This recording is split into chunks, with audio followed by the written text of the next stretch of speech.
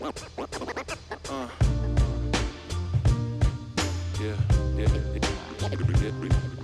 guys made it back to Texas. Yeah, we like this. It was an interesting trip, you know. Well, I thought it was pretty wild that both of you guys won raffles, raffle bikes, and planned this whole trip. I thought that was pretty cool. Like when you told, because you're supposed to come do the podcast 2 weeks ago. Yeah. You're like, hey man, I want to come do the podcast, but I just want a bike. Chris just want a bike, and we're flying to Northern California to pick these bikes up. Yeah. And then we're gonna ride them. Not only did we win bikes, we won bikes on the same raffle ticket number. We were both 210. number 210. Both of us 210. And when I won my bike, I thought I'd missed the raffle. And so I just like walked in the office and went, I was like, oh, West Coast, sit down, 904.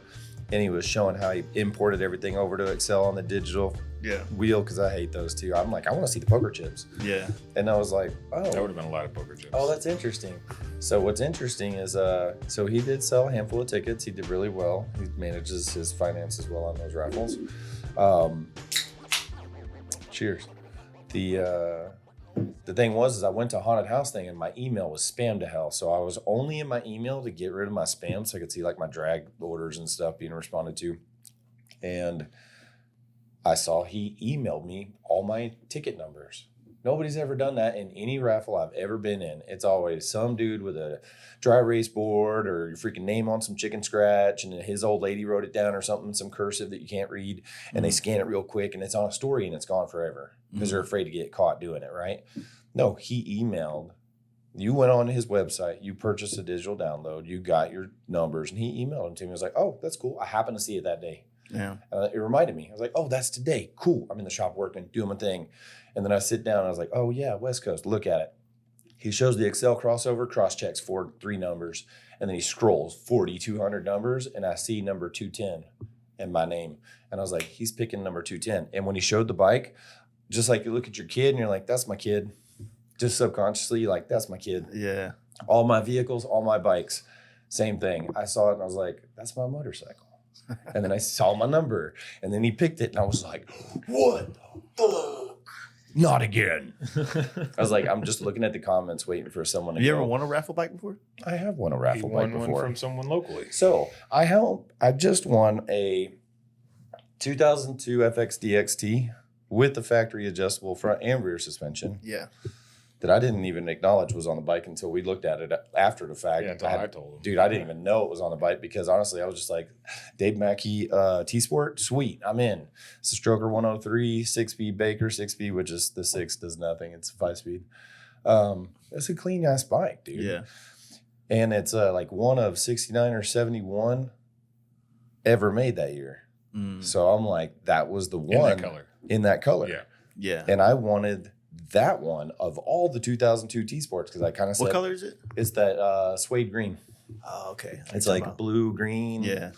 I always wanted that color, and I don't like green bikes, but I like that one. And I know it's rare. And I was like, that's pretty cool.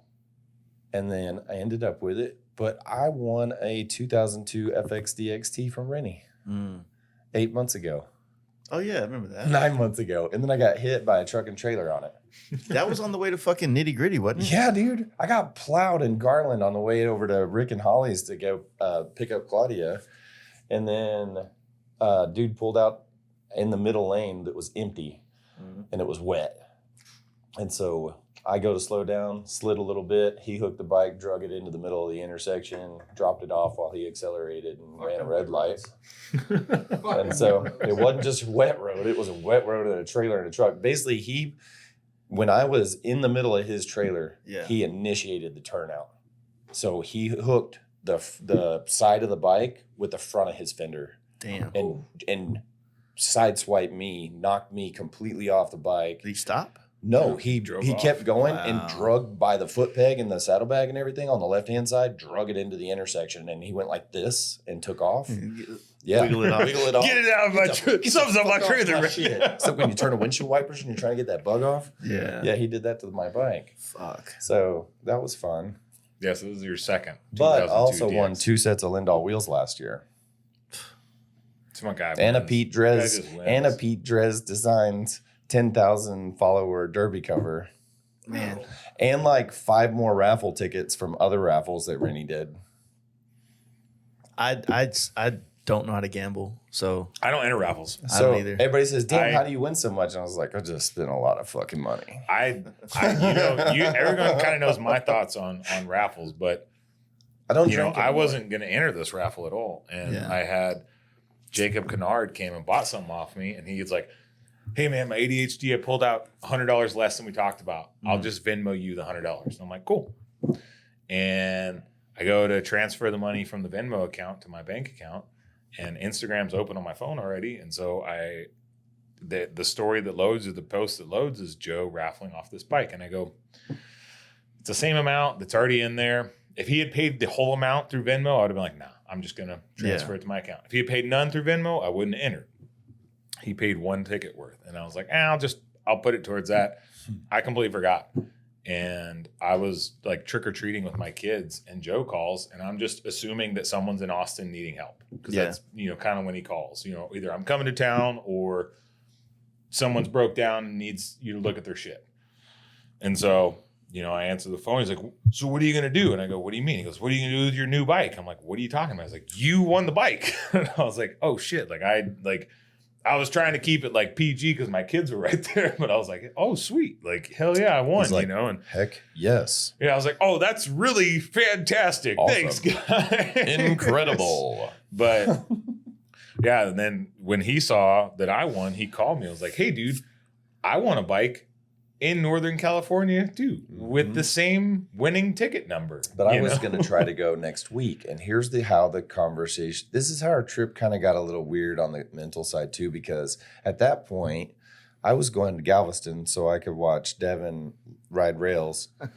And it was a quick show. It was, man, I tell you what, it was slick as hell to watch too. It was just very well produced. Might have to drop the video in on this one. Yeah. So he says, hey, do you want a friend to join you, and you want to share hotel rooms and like do this together? I'm like, yeah, because we've never really had opportunity to spend time together. It's always we've done like Metroplex mobbing through Dallas and stuff, but like never traveled together. Yeah, never hung out. I mean, a road trip in a car or just traveling on a bike is like you really get to know each other. Absolutely. Yeah. And I mean, we're definitely. I mean, honestly, if twins. me and Mark didn't have, that's how we met, was on the side of the road. So it's like, well, you guys were headed to Dixon Final Party, right? Final The Party. Dixon, back when they were cool. But yeah, I mean, I talked to him and he was like, oh yeah, I'm going Thursday, and I'm looking at tickets, and but I was looking at Thursday the 14th. yeah, like So I could tomorrow. overlap a weekend into like Wednesday, Thursday, Friday, Saturday, Sunday, Monday, Tuesday. we what I was overlapped a trying to do. weekend. I was Not looking on to do a purpose. whole chunk of a week, do SoCal, hit up Jerry and the race crews and everybody getting ready for the races out at Willow this weekend. Yeah, he was like, I'm going to make a long trip out of it. And I go, well, here's the deal. Like, I'm down to go, but I can't make a super, super long trip out of this. Like, it's a pick it up, figure out a cool way to come back, and just kind of, we'll still stop and see some people, but I don't want to spend like days anywhere. Yeah, I mean, when we talked, you were talking about going through Salt Lake and Colorado. Yeah, so that was the original plan. Yeah. And then the night that we got the bikes, And then we're I kept sitting in the saying something hotel about room. how cold it might be, and then Mark got real pissy with me at one point. I brought heated gear. He broke I up brought with me. He broke everything. up with me the first fucking night, dude. Somebody forgot heated gear. I didn't forget heated I don't gear. know who it was. I had heated gloves. I didn't have any of my thermal pants, but I also got back from Galveston at like 10. And then had to turn around and get on the. And Well, then, here's and then the had to- deal. Then had to get all my digital gear because I want to take my my Pocket 3. I wanted to take my cameras, my chargers, my gear, my heated, my everything. I had to plug everything in and find all that stuff and get it ready. And then I hadn't slept already because I was on the bike for 10 hours that day already in the rain. Dude, that was Well, Coming and here's back from here's how the Galveston. trip started. So he's in Galveston, he's on the bike, and he goes, hey man, I can't like dedicate time to finding flights and shit. He goes, can you just buy my tickets? I'll send you the cash or whatever. This is how we became a couple. And so booked I'm like, my yeah, flights. sure. So I booked flights, and I booked our flights to have the same layover in Vegas. So we take the same plane from Vegas to Sacramento. And I'm like, it'll be great. You know what I mean? We'll meet up in Vegas. We'll take the same flight from Vegas to Sacramento. We get there at like 9 or 10 o'clock in the morning. maybe do like 4 hours of stuff with the guys up there, and then jump on the road, and we'll be out of town before the end of the day. Yeah, I had to right into Reno, cross over towards Brian's. Yeah, exactly. And so we sit there, and I wake up, and I wake up at 3:30 in the morning because the flight's at like 5:40 or something like that. Get all my stuff. I went to bed. Have someone drop me off at the the airport, and I'm like sitting there. I went to bed at 1, and I get a text from Chris. He's like, "I don't think I'm going to make it." I thought he was joking. I go, "Ha ha ha!" Like, sure you're not. He goes, "No." He goes, "I'm stuck in the security line, and I can see my gate, but my plane leaves in 15 minutes, and I'm not there." It's literally the gate that's right next to security, and I'm watching the door being closed through security, and it's my flight, and I'm watching it go click, and I was like, "Yep, no going in now." Yeah, so he missed his first flight. Not only did I miss it, but because I plan on checking luggage, my knife, which is still hidden on me, it's in my girlfriend's car, but like that was in my baggage. And so like, oh shit. So I'm like in the middle of the drive-through and still trying to go inside. I'm like ripping my luggage apart looking for my knife, and I pull it out, pulled it all back together. I'm like, oh, deodorant, can't fly with that. Reminds me where it is. It's in the back of my girlfriend's car. So just all this stuff. I just empty my luggage, and then I don't grab my helmet again. Also, when I go through security, and I don't even notice it until she calls me after I missed my first flight and I'm through security, and she goes, "Hey, baby." I said, "Yep." She goes, "Do you need a helmet for this trip?" I was like, "Yeah." She goes, "Okay, well, I'm gonna bring it to you real quick." So it's like 30 minutes away. Quick outside, helmet, hug, kiss, back inside, back through security, just in time to get on my next flight. Damn. So was the next flight a direct flight in? No, I also had to go. I don't know where I landed after I think that. you went to Vegas after that. Yeah, I did go to Vegas. On a different airline. But that was... I flew next to Ilda, the lady that jackhammered concrete out. But that was the flight that some person got on his plane and decided... Oh, to take as a they're shit. boarding to No, take a that shit. was the problem. So okay, no, I here was the panic. I missed my flight. So okay, I have money with this company with a flight, money with this company with a flight. So you kind of want to try to rebook with them so you can use that money, because you can do it same day, no problem, regardless who you book with. And you try to do that connecting flight layover. How much time you got? Can I get across the airport thing? Yeah, I got an hour and a half after I get off this plane to get to my next flight. Should be fine. No problem. Yeah. Cool. Waiting for the plane. 45 minutes late. Damn. It's going to be tight. Okay, I'm good. 45 minutes. I got enough time. Nope. We get on the plane. The first thing this lady does is go in the bathroom to take a shit. And they can't leave because she's in the bathroom. She doesn't go like this and walk onto the plane. She walked on, and I saw her in front of me, and she pushed the lady out of the way and went into the bathroom right there in the front. She must have had a good ass coffee. What a bitch. Who does that? 10 in the morning. They missed their takeoff time, so they had to wait for another 20 gap. minutes. 20 minutes before she got in her seat. Delay. Was she a big lady? Regular. Just a lot of shit. So She was going through some shit. She was literally going through her, man. Not fast enough though. She needed to eat more. So Mexican they couldn't take food. off because this lady was not only taking that, shit. but we were, staged and we couldn't move from the gate. Yeah, you can't even get in the line because you can't not everyone's in close their the seat. door until everybody's seated. Yeah. They couldn't close the door, which means they couldn't get permission to push off. They couldn't get pushed off in order because now they're out of order and everybody else is on a schedule and you can't fuck with their schedule. Yeah. So that's another 20 minutes.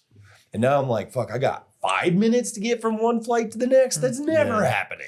I had a 10-minute gap where they said, "Hey, look, you might not make this flight, but we're gonna have it to where if you do miss it, we have another one set up for you." And it was like I was leaving NorCal actually, and I went to Phoenix, and it's like Phoenix Sky Harbor or something like that. Harbor. It's like literally one Huge. end of the fucking place to the other. It's massive. Yeah. And I didn't make it. I wasn't even close. My flight, when I got to Vegas, my landing and connecting was supposed to be A to A terminal. I'm like, oh, that's perfect that I booked it that way. 5 minutes, maybe I'm making it. We did take off. We did land where I thought maybe I had some time. Technically, I had 10 minutes. I was like, this is dope. And I've run the whole length A terminal before, and it's not that long. Yeah. But it's a lot when you're tired and you have all your like giant saddleman luggage and shit and your helmet this time. So like I'm running and people are cheering me on and I'm looking at A3, 4, because you know when you're running the airport every once in a while, everybody's like, "Yeah, go." I'm just like, I felt good about myself. I feel like Forrest Run, Gump. Forrest. And I mean, and I'm feeling skinny because I don't drink anymore too. So I'm just like, yeah, I guess I look good too. So like, I'm just gonna keep on keeping on. And then I'm like, A1. It's no 3, 4, 3, 4. Fuck, that's a food court. 7, 8. Shit. There's no more A1 or A2 in Vegas. They turned it into fucking food court. And I'm like, where's my flight? Mind you, my phone, thank you, whoever I had that with, for it going into SOS mode all the damn time. So it wasn't connected. It didn't get Dude, the mine's text. been doing that a lot lately. I got T-Mobile. Mine just did it here. It's been doing it like a lot. And I just turned mine on and off here because of that. Yeah. So like I didn't get the text message update while I was doing anything. Yeah. That said your gate was this. Okay, so my gate was the furthest out in A, and then it was the furthest out in D, which you have to get on a tram to go somewhere and all that stuff. Stop it. And then it was at the very end of it. So you ended up. And then they rebooked it. So he missed the second flight. So I missed the second flight and I had to rebook a third flight. Yeah. So I had $1,000 budget. For this whole trip? No, hold on. No. Originally, I was going to fly out on a $75 one-way flight on the 14th, go do homie, hang out all the way down the West Coast, maybe stay for the races, and then cruise back through freaking Arizona, spend time with Danny, Motorwitch, and come back. No. We left early, and we had to panic flight, time schedule, whatever it was. And I spent like $850 trying to fly to freaking Sacramento. And then I paid $100 for an Uber. But it ended up being perfect. a blessing in disguise. Perfect. Because I got in, Joe picks me up from the airport. We get back to the house. He's like showing me the bike. We're looking at it. We're like talking to Chris, trying to figure out when he's going to be in town. We're like, all right, cool. We got time. You're how far out? Yeah. I don't think he landed until 6 or something like that. 6 o'clock at night. I got there like 10 I don't o'clock think in the I morning. got there till 8. So we hung around the house for a little bit, and he goes, all right, cool. We're going to ride to Kyle's house, the guy that raffled off his bike. 30 minutes Dyna away. dealer. And so, it was a beautiful ride through the mountains of Northern California. It is. Bless you. We ride out there. We get out there. Kyle is paying a media guy to be there to like take videos and photos and stuff like that. And He's doing it right. He's he's spending money, to great make imagery. he's creating good content and stuff. And we get out there, and the guy's like, all right, cool. Like, since you're here, like, we're going to get some video, you riding in on the bike and like doing some other stuff. And then I go to start the bike, and like the bike doesn't start. We made it 30 miles, and we're trying to diagnose it somewhat, in his driveway real quick, and like, okay, maybe it's the starter, because Joe's like, oh, that's just like the cheapest starter I got on Amazon, so maybe it's the starter. And he also said he didn't put a relay in it, so it's running all the current through the start button in the handlebar switch, super safe. Could be a melted wire too, but they don't know at this But point. so, we're like, all right, cool. So we like pull the end cover off of the starter, and I drill a hole through it real quick to just see if I can shove a screwdriver in there and actuate the plunger and get it to go, which ended up saving me Lots on the trip, because at least this 5 starter gas did stops. not want to work a lot of times. But, do that, actuate the plunger, bike still doesn't start. Come to find out, the stator took a crap. 30 miles in, like didn't even. So, Joe, Kyle found a stator from one of his buddies, and Joe paid for a new one for this guy. He brought over a used stator, and I took the primary apart and put the stator in. And like right as he showed up. What was going on like while you were waiting for the stator to show up? I disassembled it. I had taken, like Joe and you were taking it apart. No, I took it apart. No, but it's when we were waiting for Chris to get there and the stator, I went ahead and disassembled everything and tried to clean everything as best as I could. And right as he showed up, the stator showed up either right before or right after. I don't remember almost the order. Within 5 minutes. Yeah, within real close. And so he showed up. We put the starter in the bike, confirmed that it's charging, put everything back together. It's like midnight now. Yeah. Yeah. We get everybody their bikes back, and we're just, it's midnight, it's dark, we're riding these roads, we have no clue where it is. Like I haven't even ridden my bike. Yeah. Not at all. Yeah. I've ridden mine I haven't even started it yet. Yeah, it did take a minute to start too. But also I had to learn it. Yeah. Now I know it, and it doesn't matter. What is it, like compression releases, all those kind of things. Yeah, and but it's, it's also Mikuni's like sometimes you don't want the choke all the way out, and sometimes they want you to blip them, sometimes they don't want you to blip them. It just kind of depends on how it's tuned, If mine's medium temperature, it wants a little bit of throttle. If it's cold, it wants gas. Yeah. Compression release. Don't try. Yeah. And then leave it. Let it sit, hit it again, and just let it hit by itself. But other than that, if it's hot, it just starts. I Yeah. feel like you're about to kick over a bike with all these steps. It's carburetors, Big man. motor shit, huh? Yeah. Now that's Stroker 103. But yeah, so like brakes have him a being release. late ended up being a blessing because if, like, let's say the original plan had worked out. The Hey, original plan it's was noon. We showed up. Let's go. we were going to fly in together. They were going to pick us up together. The bikes were both going to be at Kyle's house. A little bit of medium. We were going to come do some media stuff and then leave directly from there. And I wouldn't have had 30 miles where I was Towards riding Reno. with Joe. We were going to leave towards Reno was the original plan. Had that happened, the first time we stopped for gas at like 100 miles away, I wouldn't have had a bike that started again. Yeah. And I wouldn't have been at a place where I had a lift and tools and everything to swap the parts. More parts. And being 100 miles out, I'm curious whether or not we'd have been able to find somebody that might have been able to come pick us up. So Yeah, you'd have been in the mountains, like crossing over into It would have been Nevada. hard to get somebody to get it would have been a trailer difficult. up there. Yeah. So it ended up being a good thing because we got that problem Yeah. at least addressed before.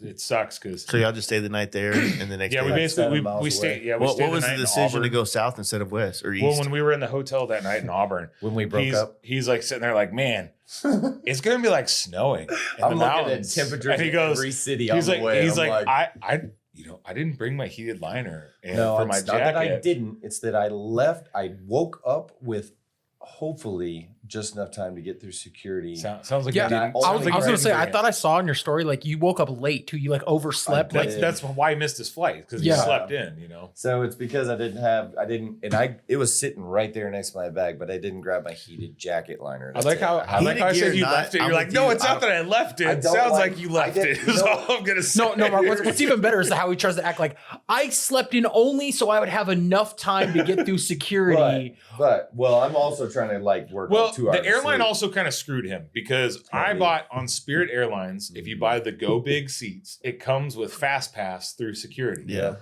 But his flight from Dallas to Vegas, they No didn't have a Go Go Big. Big seat. So No I had to Fast buy Pass. it the next level down and then buy a second from Vegas to Sacramento in the Go If I Big. could have fast You know what? passed, I would have been And on my he flight. didn't get the Fast Pass through security. You guys are the reason why Spirit went bankrupt single-handedly. They announced this week they filed for bankruptcy. It's because of you fucks. It's about Probably. fucking time. I've won Dude, I've honestly, won it was 3 like flights from it them, was the too. greatest flight Like in I've the ever drop had. Like train. the Go Big seats, it's 2 seats That's what I used instead to of where fly. 3 are, So they used to and do it. it's amazing. They used to do a direct flight from Dallas Fort Worth to Sacramento, or actually to Oakland, Yeah. every day. So I could get on a flight here at 6:30 in the morning, and I was in Oakland at 7:30 in the morning. My buddy would pick me up. We go to work. Yeah. I've said it a million times, but there was multiple times I would fly up there, get picked up. We're at the shop in Stockton. I lay out graphics on a whole bike, just a tape. Then he takes me back to the airport, and I'm flying. I'm back in my bed tonight. Yeah. You know, I mean, it's it was doable. honestly, it was great. The obviously the flight from Vegas, I had an empty seat next to me because he had the other ticket. So there was like no one next to me, but like they give you like included snacks and drinks. You don't Oh, they pay do that for now? anything. Yeah. They did I that am back gonna You then. know, say- and I got the front row where you get an extra like 6 inches of room, so I could cross my legs on the airplane. I was like, this is Remember one amazing. time I flew home from there once, and I had I used to do the front seats. I did their paid more money to get all the perks, and you can get the bigger seats all the time and stuff. And I remember one day I got on a flight, I was fucking just exhausted. I've been there for like 2.5 weeks, just want to get home, and my seat wouldn't recline.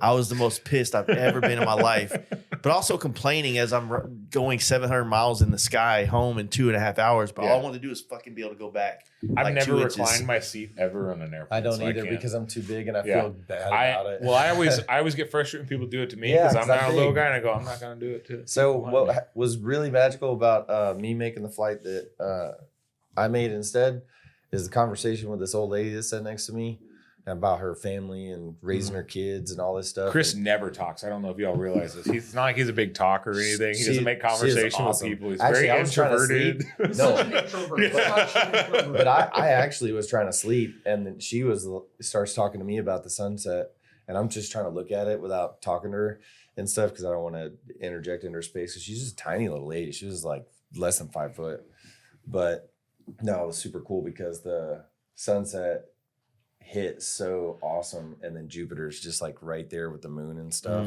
right after it. I was like, oh, that was nice. And we're flying sunrise west also, so you get that extra long sunset and leaving sunrise.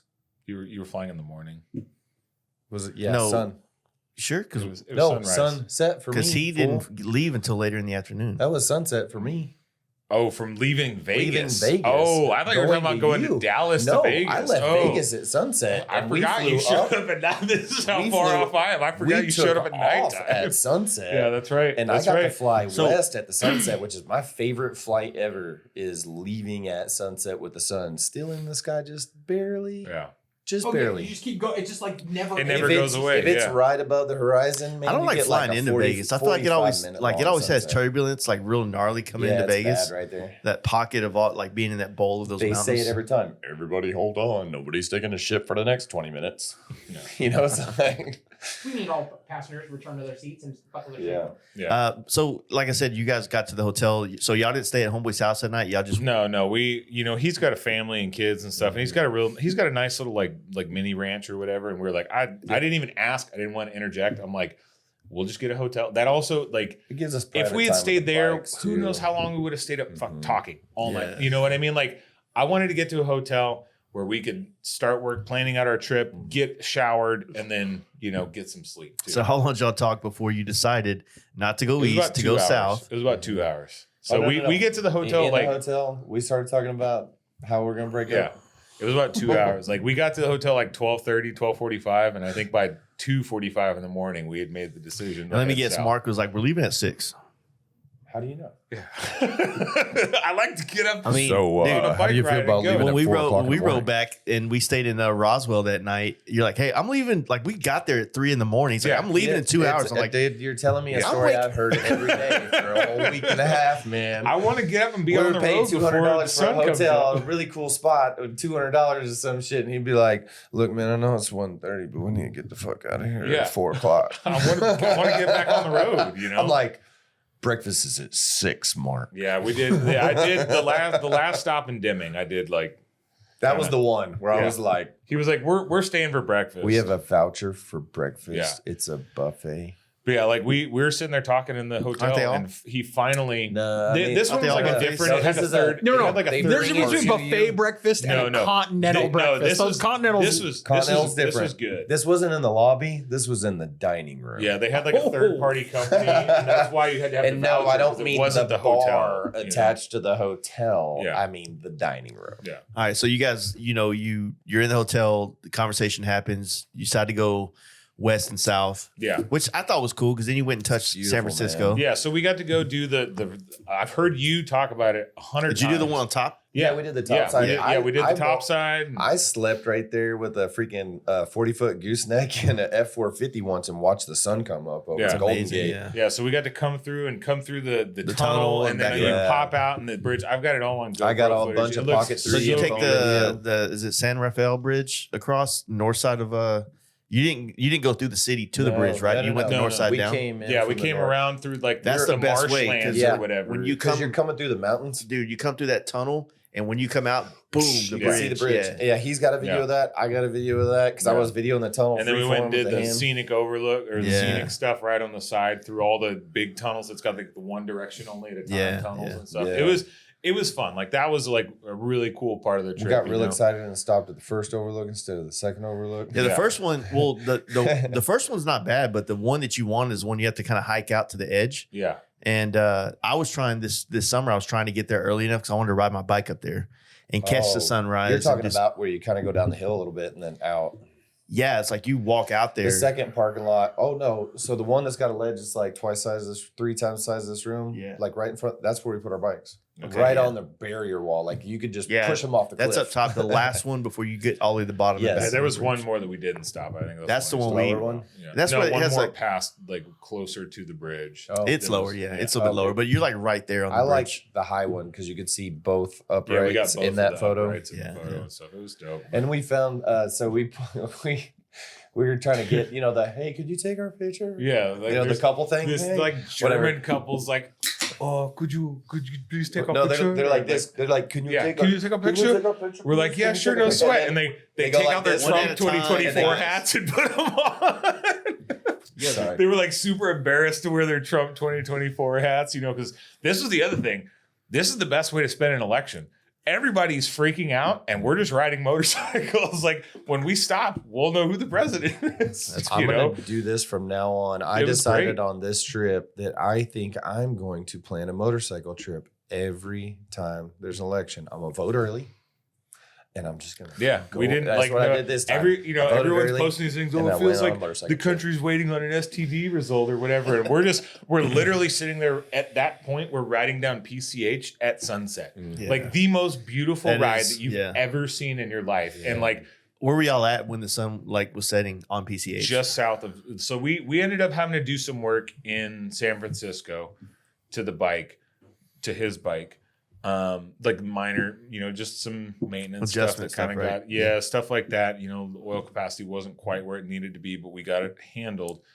And then we only made it to Santa Cruz that night. So we were between. So y'all rode the PCH on the peninsula then? We rode the PCH the entire way. Well, no, we saw the sunset at San Gregorio. So if you're at Santa Cruz, there's like a part of PCH that's on the San Francisco Peninsula. Okay. And then that drops you off at Santa Cruz. We went down to Half Moon Bay. And then, you go through Half Moon Bay. Yeah, we went that way. But then when we took PCH as far as we could until we had to get off because of the shutdown in Big Sur. Yeah. So the Big Sur, that's the other part of PCH. Like once you commit to that, you're kind of on it all the way. You're on it, and it was shut down. And it says it's not open until 2026. So we ended up jumping on the 101 at that point, going around. Santa Cruz is dope though.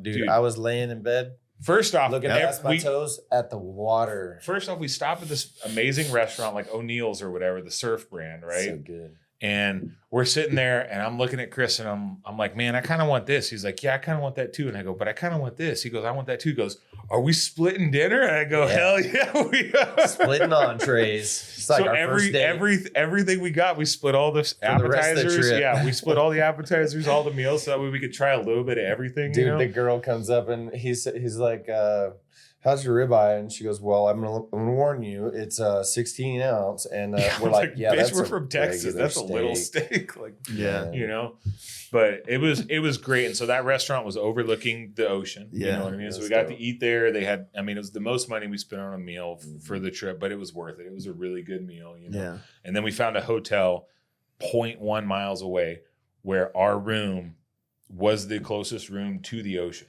Yeah. There was the street that's right there and then the ocean in Santa Cruz. So we got to open the windows in our hotel, listen to the waves come crashing in all night long, look out the window, out past our toes and see the ocean. Like it was just. We had matching robes. Yeah, they had like robes and slippers in this place. That was really romantic for you guys. Well, the funny thing is, t-shirts on y'all? It didn't fit at all. It didn't fit for sure. But the funny thing is when he showed up at Kyle's house, we had the same outfit on. We still do right now. Identical. We do right now. It was not the hat. Gray Dickies. We both had the exact same scorpion wax jacket. Yeah. Mine's outside. And then we had camo hats on.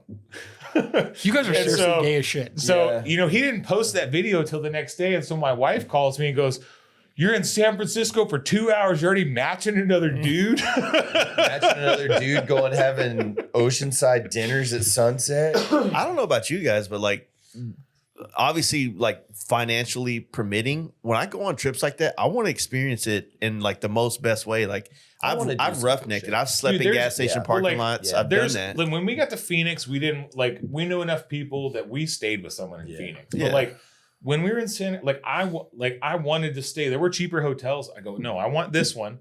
And I want to do the beach view because I want to stay in that room. He didn't have to argue. He acts like he had to argue. No, that one there was no argument. He goes, yeah, I'm down. Like, we're splitting it. So that first day, we're gonna go to the ocean at 4 a.m, and sure enough, 4 o'clock, we're like, I wake him up before I go, hey man, let's go get in the ocean before we go ride bike. So we did. We all went out in the ocean like cold plunge. Yeah, 4 o'clock in the morning, like this, freezing cold. You know what I mean? So you guys basically had that first day was kind of cinematic, if you will. It was kind of like, you know, the first.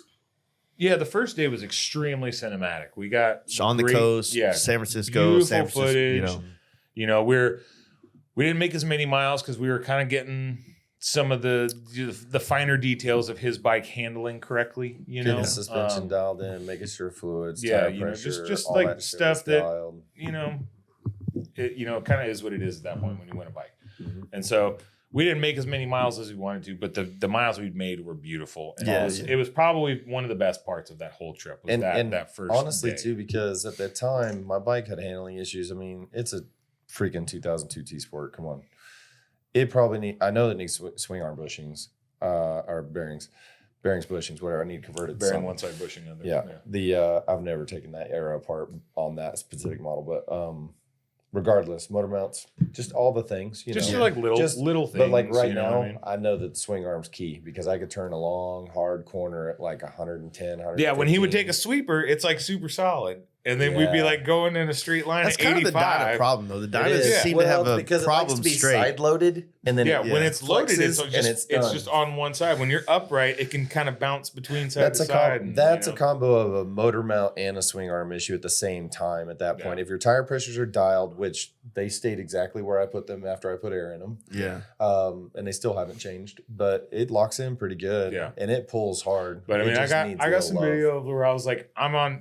This is the first time I've used communications on a trip before. Yeah. So fun. Where I talk to someone and I'm sitting there talking to them. I go, dude, how long did y'all's batteries last? Because I don't feel like it lasted very long. Mine, I charged my Lexin once the entire trip. But you're talking all day. Like dude, mine he's got the older one. He had to charge his every day. He has the FT4 Shit, Pro. I had to ride with a battery in my pocket half the time because I'd forget to charge it. I'd be like, bling, bling, bling, bling. We're driving down the highway. Mine lasted until we got to Phoenix. Damn. And then I charged it once, and then I never charged it again. And it still said I didn't charge. No, I did charge it before I came here, but it was 100% when I got home. So when y'all left Santa Cruz, like you basically jumped on the 101 there. Yeah. You just jumped on the 101 there and started headed south. Yeah, we made it one gas stop. We made it one gas stop. So that's when we left, and that was the 9 o'clock in the morning, right? No, that was leaving Santa Cruz is when I had a rear end issue and we went to the rest stop. Yeah, so we left. We woke up at 4. We got on the road by about 5:30 after we did our touristy stuff and put our feet in the water and all that stuff. And then we make it to the first gas stop. We're making good time. The sun is the stop is it was a long gas stop. We kind of dipped out super quick. We didn't do breakfast or anything like that because I like to get on the road early on road trips, and so have a long first stop. And then, we're watching the sun come up. The sun came up over the mountains and the mountains and everything. It was beautiful sunrise. Get on the road and Chris is like, man, something on my ass end doesn't feel right. Like I feel like I'm all over the place now. We need to worse. All of a sudden, like noticeably worse. Like hit a corner and my ass was just like. And so he's like, I want to pull in this rest stop. I'm like, oh shit, like it's right here. Okay, quick, slow down. And as soon as I pull in the rest stop, all of a sudden my bike just starts smoking. His bike does this out of the air cleaner. Yeah, I mean, a quart of oil just dumps out of the air cleaner all down the side of the bike. That much, right into the valley. It was more than that. That's less than a quart. Okay, so that's 16 ounces. Yeah, twice as much. And he's looking at me and I was like, oh my God, he's all walking around it, checking it out, turned it off and all this stuff. And then there was a, looked like a CVO Road Glide, whatever. It was just a newer 24. Either one, CVO. One or the other, but guy was inside. By the time we were wiping it down, clean it, he talks to us and delays us You know how that happens. It's just time spent, whatever. We get the bike cleaned down and it's like all the pink soap out of the freaking dispenser and damp rags. And we hand wash the whole bike before we leave. So we're low oil capacity. And we figure at this point that we can go to the next location. We're going to rewind. I'm going to let you do the rewind. Yeah. I mean, I'm going to say the beneficial part. You can say what happened on the road part. So the benefit to the timing of all that is that with that interaction with that particular gentleman named Cliff, who I'm sending to the races with the homies this weekend at Willow Springs, because I'm like, you should go. I'll be there. I was like, you should go to the races this weekend. And he's like, well, I mean, yeah, I thought about it. And then after I talked to him again, he's like, yeah, I'll go. This sounds great. He was a nice guy. And he's riding his bike from NorCal to SoCal to see his mom. And I was like, if he's doing that, he likes motorcycles. Let's do it. So the benefit to timing on this was that after we decided post the rewind with the Mark, I'll get back to you, that it put us at a car wash at a particular hour and time of day. Paso Robles. Yep. And then I'm out of sight. Mark ends up post car wash in the middle of the driveway. He's drying it off, dude. Total Dynabro FXR, dude. You okay? You need some help? He starts talking, BSing, and then we start talking about what had happened back at the rest stop. And it leads us to end up to get a referral to go over to Salty Cycles. Well, he's calling them while him and I are still talking and checking out the bike. He hears them say it. He pulls it up. He calls them, and the answer machine says, if I'm not answering the phone, I'm out in the shop working on your bike. And so he immediately says, we're going to his shop. Yeah. Yeah. The dude in the parking lot that we ended up meeting in Paso Robles had like an FXR that he put a 124 on, and he had just put like an aluminum swing arm. And he's telling us about how he snapped whatever hollow axle that he had on this and all this stuff. Like, he was an FXR guy. And he was like, this is where I would take my bike. I doubt he'll be able to work on your bike because he's so busy. And I go, perfect. That's where I want to be. You know what I mean? Like, I'm not looking to have someone do the repairs. Yeah. I just need a shop that has the tools that I can do the repairs with, But yeah, so when, we pulled into that rest stop, what had happened, what we figured out was the cam plate and oil pump. So just for the sake of everybody knowing and maybe learning something from this, how did you diagnose that? Like, how did you come to that conclusion and diagnose that on the road? So what happened was, I had a ton of oil coming out the breathers. Yeah. While we were on the side of the road. Like I said, it coated the whole bike. I'll post a video tonight about what it looked like. But it coated the whole side of the bike in oil, everything. And so there's only a few things that can make oil come out of the top end. Yeah. Either a piston completely just got destroyed and oil's coming back out through the carburetor. But most of the time, you're also going to have a ton coming out your exhaust at that point. And I didn't have a ton coming out the exhaust. Or it came out the breathers, which is kind of what we had, once I let the bike cool down for a second and I started it again and I didn't hear like a clack, clack, clack, clack, clack, I kind of knew the pistons were good. It had something to do with the breathers and oiling system at that point. So the only real options are like, your oil return drain gets clogged, you know what I mean? Maybe old gasket material, something like that. Some sort of foreign object clogs your oil drain. Yeah. Or what ended up happening, which we didn't confirm until we were at Salty Cycles, was the oil pump was deteriorating itself and a chunk of the oil pump got wedged in the bypass valve. So every oil pump in every vehicle will create more pressure the higher RPM you spin. The thing that sets your maximum PSI is your bypass valve and your spring behind it. So it's got to pop off at a certain PSI and it won't make any more pressure than that specific kind of like PSI. A wastegate on a turbo. Exactly. 100% just like a wastegate on a turbo. And so what had happened is metal had gotten wedged in there behind that bypass valve and it was holding it shut. So instead of popping off at 45 PSI, 43 PSI, whatever a factory one is set to, it was making 120, 150, who knows how much PSI, because it just wasn't venting extra pressure. And so it sent all this extra fluid to the top end, which flooded the top end faster than the returns. The drains could get it back down into the bottom end, which then with the pressure shoved it through the breather system and out the breathers and down the side of the bike. Okay. It just happened to be extremely lucky that we were pulling into into a rest stop. So when for it like happened. riding a little bit longer or however much longer, that would what could that cause because of that high oil pressure. Well, I mean, if you just let it keep going, you're just gonna lose all your oil at some point. Oh, because it's not returning. It's gonna.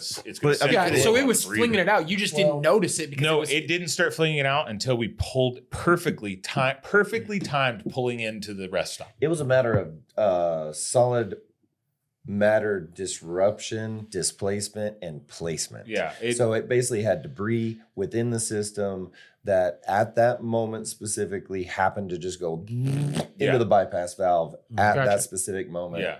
It just happened to correspond with our stop. Probably what happened is I was downshifting to slow down. Boom. And the bypass valve shuts because now the pressure's low and that debris floated and held it. And then I downshift the next gear, but it jumps up to like 4,000 RPM, 4,200 as I'm downshifting, builds an insane amount of pressure, overloads the top. I mean, when you look at the road pulling in, there was not a drop of oil until right where the bike was. It literally happened. And that would make sense. As you went to downshift, you basically created a vacuum and it ate. And when that bypass closed, and it just created a low pressure. So the bypass valve shut. That piece of foreign material also kind of rolled in with it and locked it into place. And then when I went high again to downshift into the next gear, it just sent all that oil. It just didn't bypass any and sent all the oil to the so top end. that valve, that check valve, that's part of the cam plate, right? Yes. And so like on a Harley one or a fueling one, you have to have their gauge to test it, and you can ream it. You can do different springs, I think some people make shims or whatever.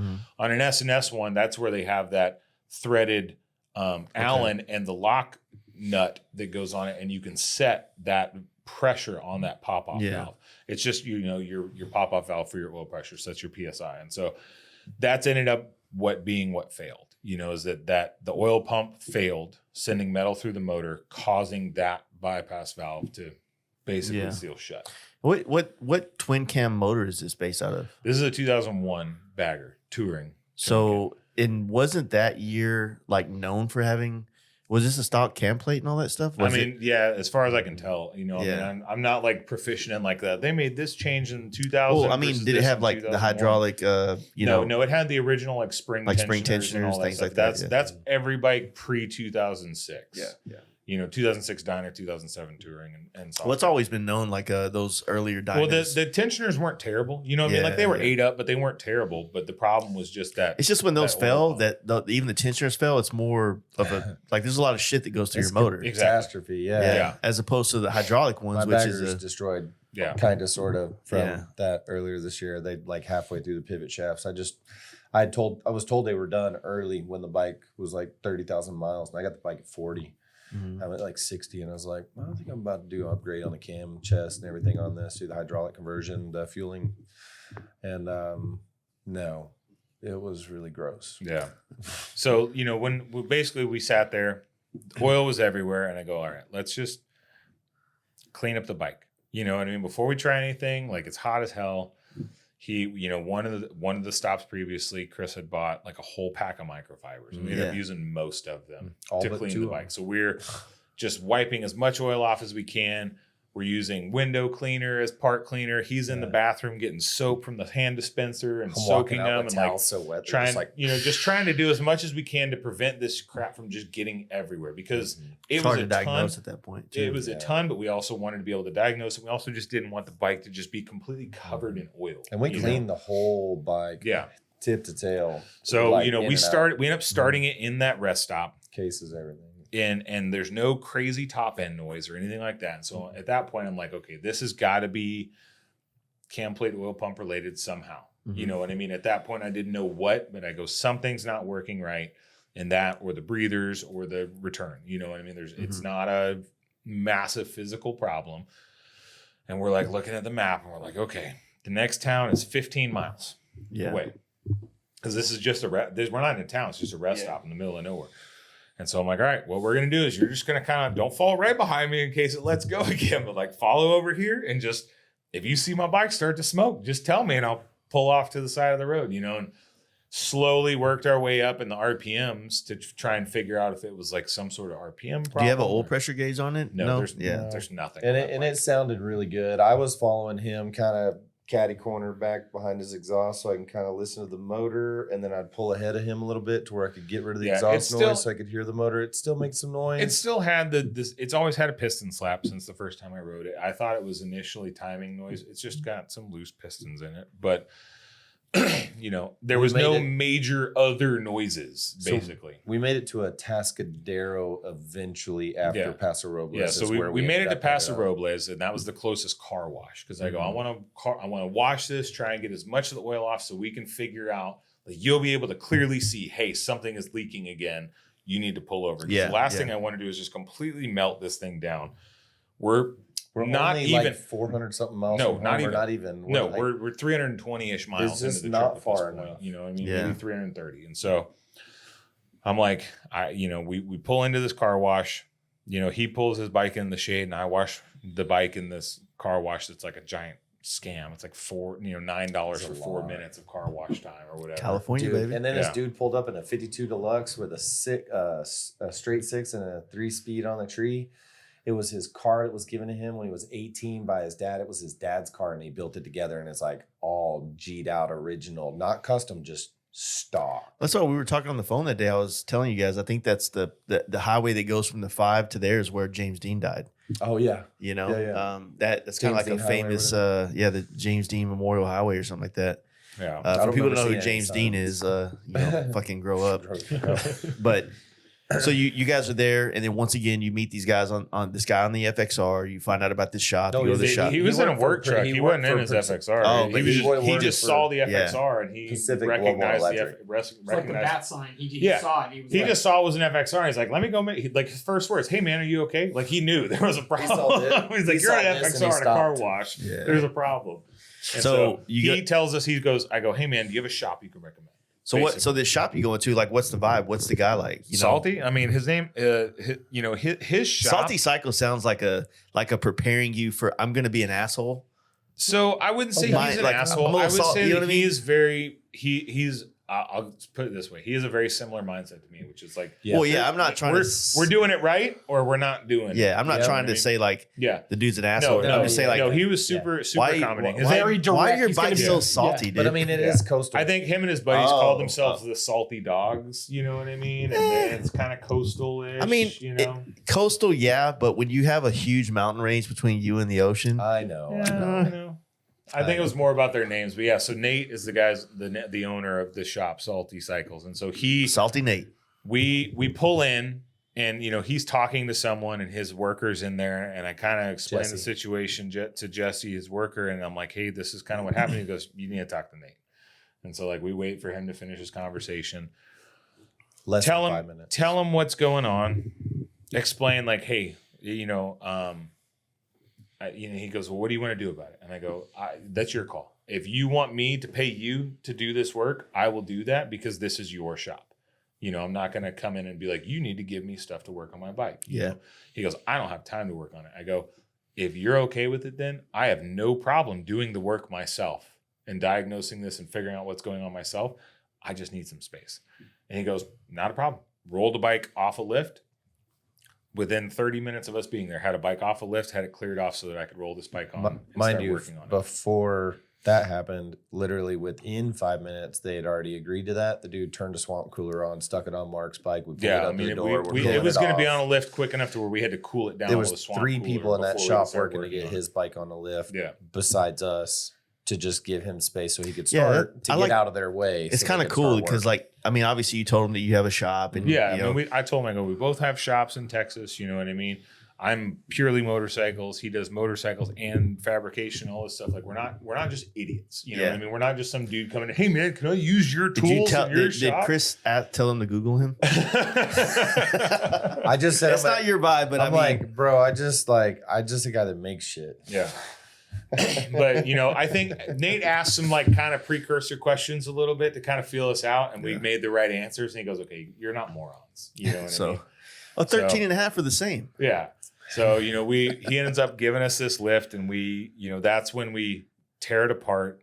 We kind of realize what's going on, and actually, what had happened is between the time that it had failed and we got there, the pop-off valve had moved and then the debris got it stuck open. So when I put it on the tester, it was already popped off and open at like 10 PSI. So it was just venting all the oil pressure out and not building any pressure. There was a bird down in there, wasn't there? Well, it was just part of the body. pump was in there. Yeah, that's you know right. what I mean? So did you need to replace the pump, or were you able to clear the debris from I replace the pump, but like salvage the cam plate? Could have. So there was a possibility of salvaging the cam plate, but the problem is all those oil passages are drilled and then they press balls in to seal them. There's stuff. And so if it was like an S&S plate where it's got tapered threads, I could have pulled them all and like actually run something through and cleaned out all the debris. Mm-hmm. But because of that and the metal that went through it, it was easier and more convenient and safer to replace the whole thing. And so the crazy thing is it needed some sort of cam plate and oil pump for an early model twin cam. Mm-hmm. Not something that most places have in stock. Yeah, I mean, that's not going to be at a dealership or anything like that. No, it was at a dealership because Nate had it on order for a customer. In the shop.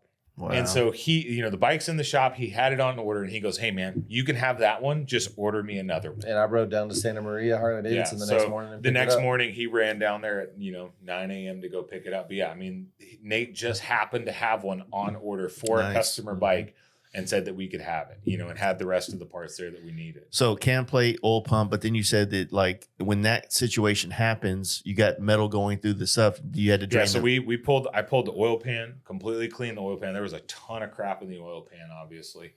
Completely cleaned that, blew out all the passages that I could. I also ended up replacing the compensator because the compensator was making a ton of noise. I had it off at the other place. It did not look great. The spring, when I did the stator, the spring pack was a little bit, it was compressed. You could shake it and it would make a noise, which means that they're pretty smoked. Mark, didn't you have priors with that going to Born Free with compensator issues? Oh no, it wasn't Born Free. It was Arizona Bike Week. That was when I had the compensator nut completely stripped. Yeah. So I can imagine compensator noises give you PTSD. Yeah, little bit, But dude, I just swapped out the compensator on mine, and it's just one of those things. You hear it, it gets louder, especially when it's a colder motor. It's also not super expensive. You know what I mean? And so $400. Yeah, it wasn't even that. I think it was like $300, $200. Well, I did on that year twin cam on mine is like it's when they did the it's just they don't come with the old one. It just came with the Screaming Eagle version of it. And you've got the new rotor that comes with it. So it's just like it's a $400 fucking part, and But yeah, so we ended up going through doing cam plate and oil pump. We reused it, had 203 cams in it. I still don't know what motor is in it. I guess Joe bought the motor and didn't go through it at all. He said, "Oh, the guy said it's a 95 inch, but he also said he thrashed it and I should check with the pinion run out." And I go, well, did you? And he's like, nah. I was like, all right, cool, whatever, The pinion run out ended up being fine. It was at 2000. 2000. Well, was that a Timken bearing bottom end motor? Yeah, 2001 still Timken. So, I mean, it's got the good bottom end in it. But, by this time, for sure, the piston stop was getting a little worse. My first T-Sport I ever bought. I never built it, but it was a flood bike from Katrina. Yeah. I bought it, brought it home, tore it all apart because I was going to build out this bike. I was trying to be a builder on the Hot Bike Tour in 20. You sold it in pieces, didn't you? Yeah, I think Hang 'em High ended up getting the bike eventually, and then I don't know where it's at now. But that bike. I did a fucking I did a run out on this thing. This thing was underwater. It had a fucking perfect run out. Yeah. With 120,000 miles on it. Yeah. Not perfect. I don't know. I have no clue with the mileage. I don't know if the gauges that are on the bike are the mileage. If they are, it's got like 82,000 on it. I have no clue. But the run out was good, because that was the thing. If the run out was bad, I'm not putting a brand new oil pump and cam plate on it. You know what I mean? It would just get destroyed instantly. So run out was good. Pull the oil pan, clean it off. Fix that, fix the compensator, obviously because we pulled the oil pan, all the oil got swapped. So we did, Did we swap that was when we found Did we swap the 5/16 bolts on the regulator to 1/4-20s, or do we leave the 5/16 bolts? We left the 5/16 bolts. There were like little things like mismatched hardware, just like little basic stuff. Nothing, besides the big failure. It was, the exhaust was hitting the cam cover because it's a Evo exhaust on a twin cam motor. So, an Evo motor has a single cam. It comes out in a singular spot. And so the exhaust is designed to come around it. Well, the twin cam sits wider and has those 4 top bolts that stick out farther. And so, it was hitting on those covers. So was it on that crossover pipe on the top? Well, you know how the Thunder rear header parallels for a little bit right underneath the foot control? Oh, no. Well, it hit. So what they did was just loosen this pipe, cut it right in front of the foot control, mash the 2 pipes together. Well, I don't know if they did that or somebody if it broke and previously and then what, they welded the 2 pipes together in the middle. Yeah.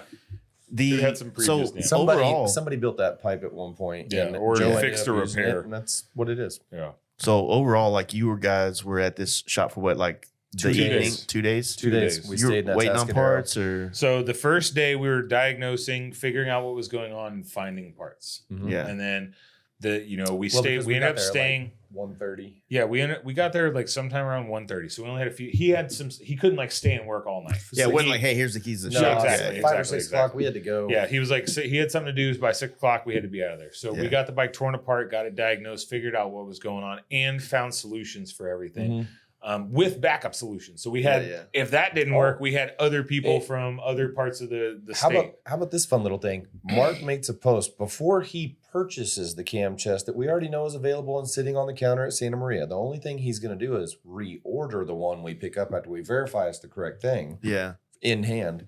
And then he posts a story that I shared because I needed him to go ahead and spit his information out. I'm like, homie needs this. And so my dude repost on his page, Dyna Dealer, or he says, in search of Aero Cam chest and all the parts that were needed.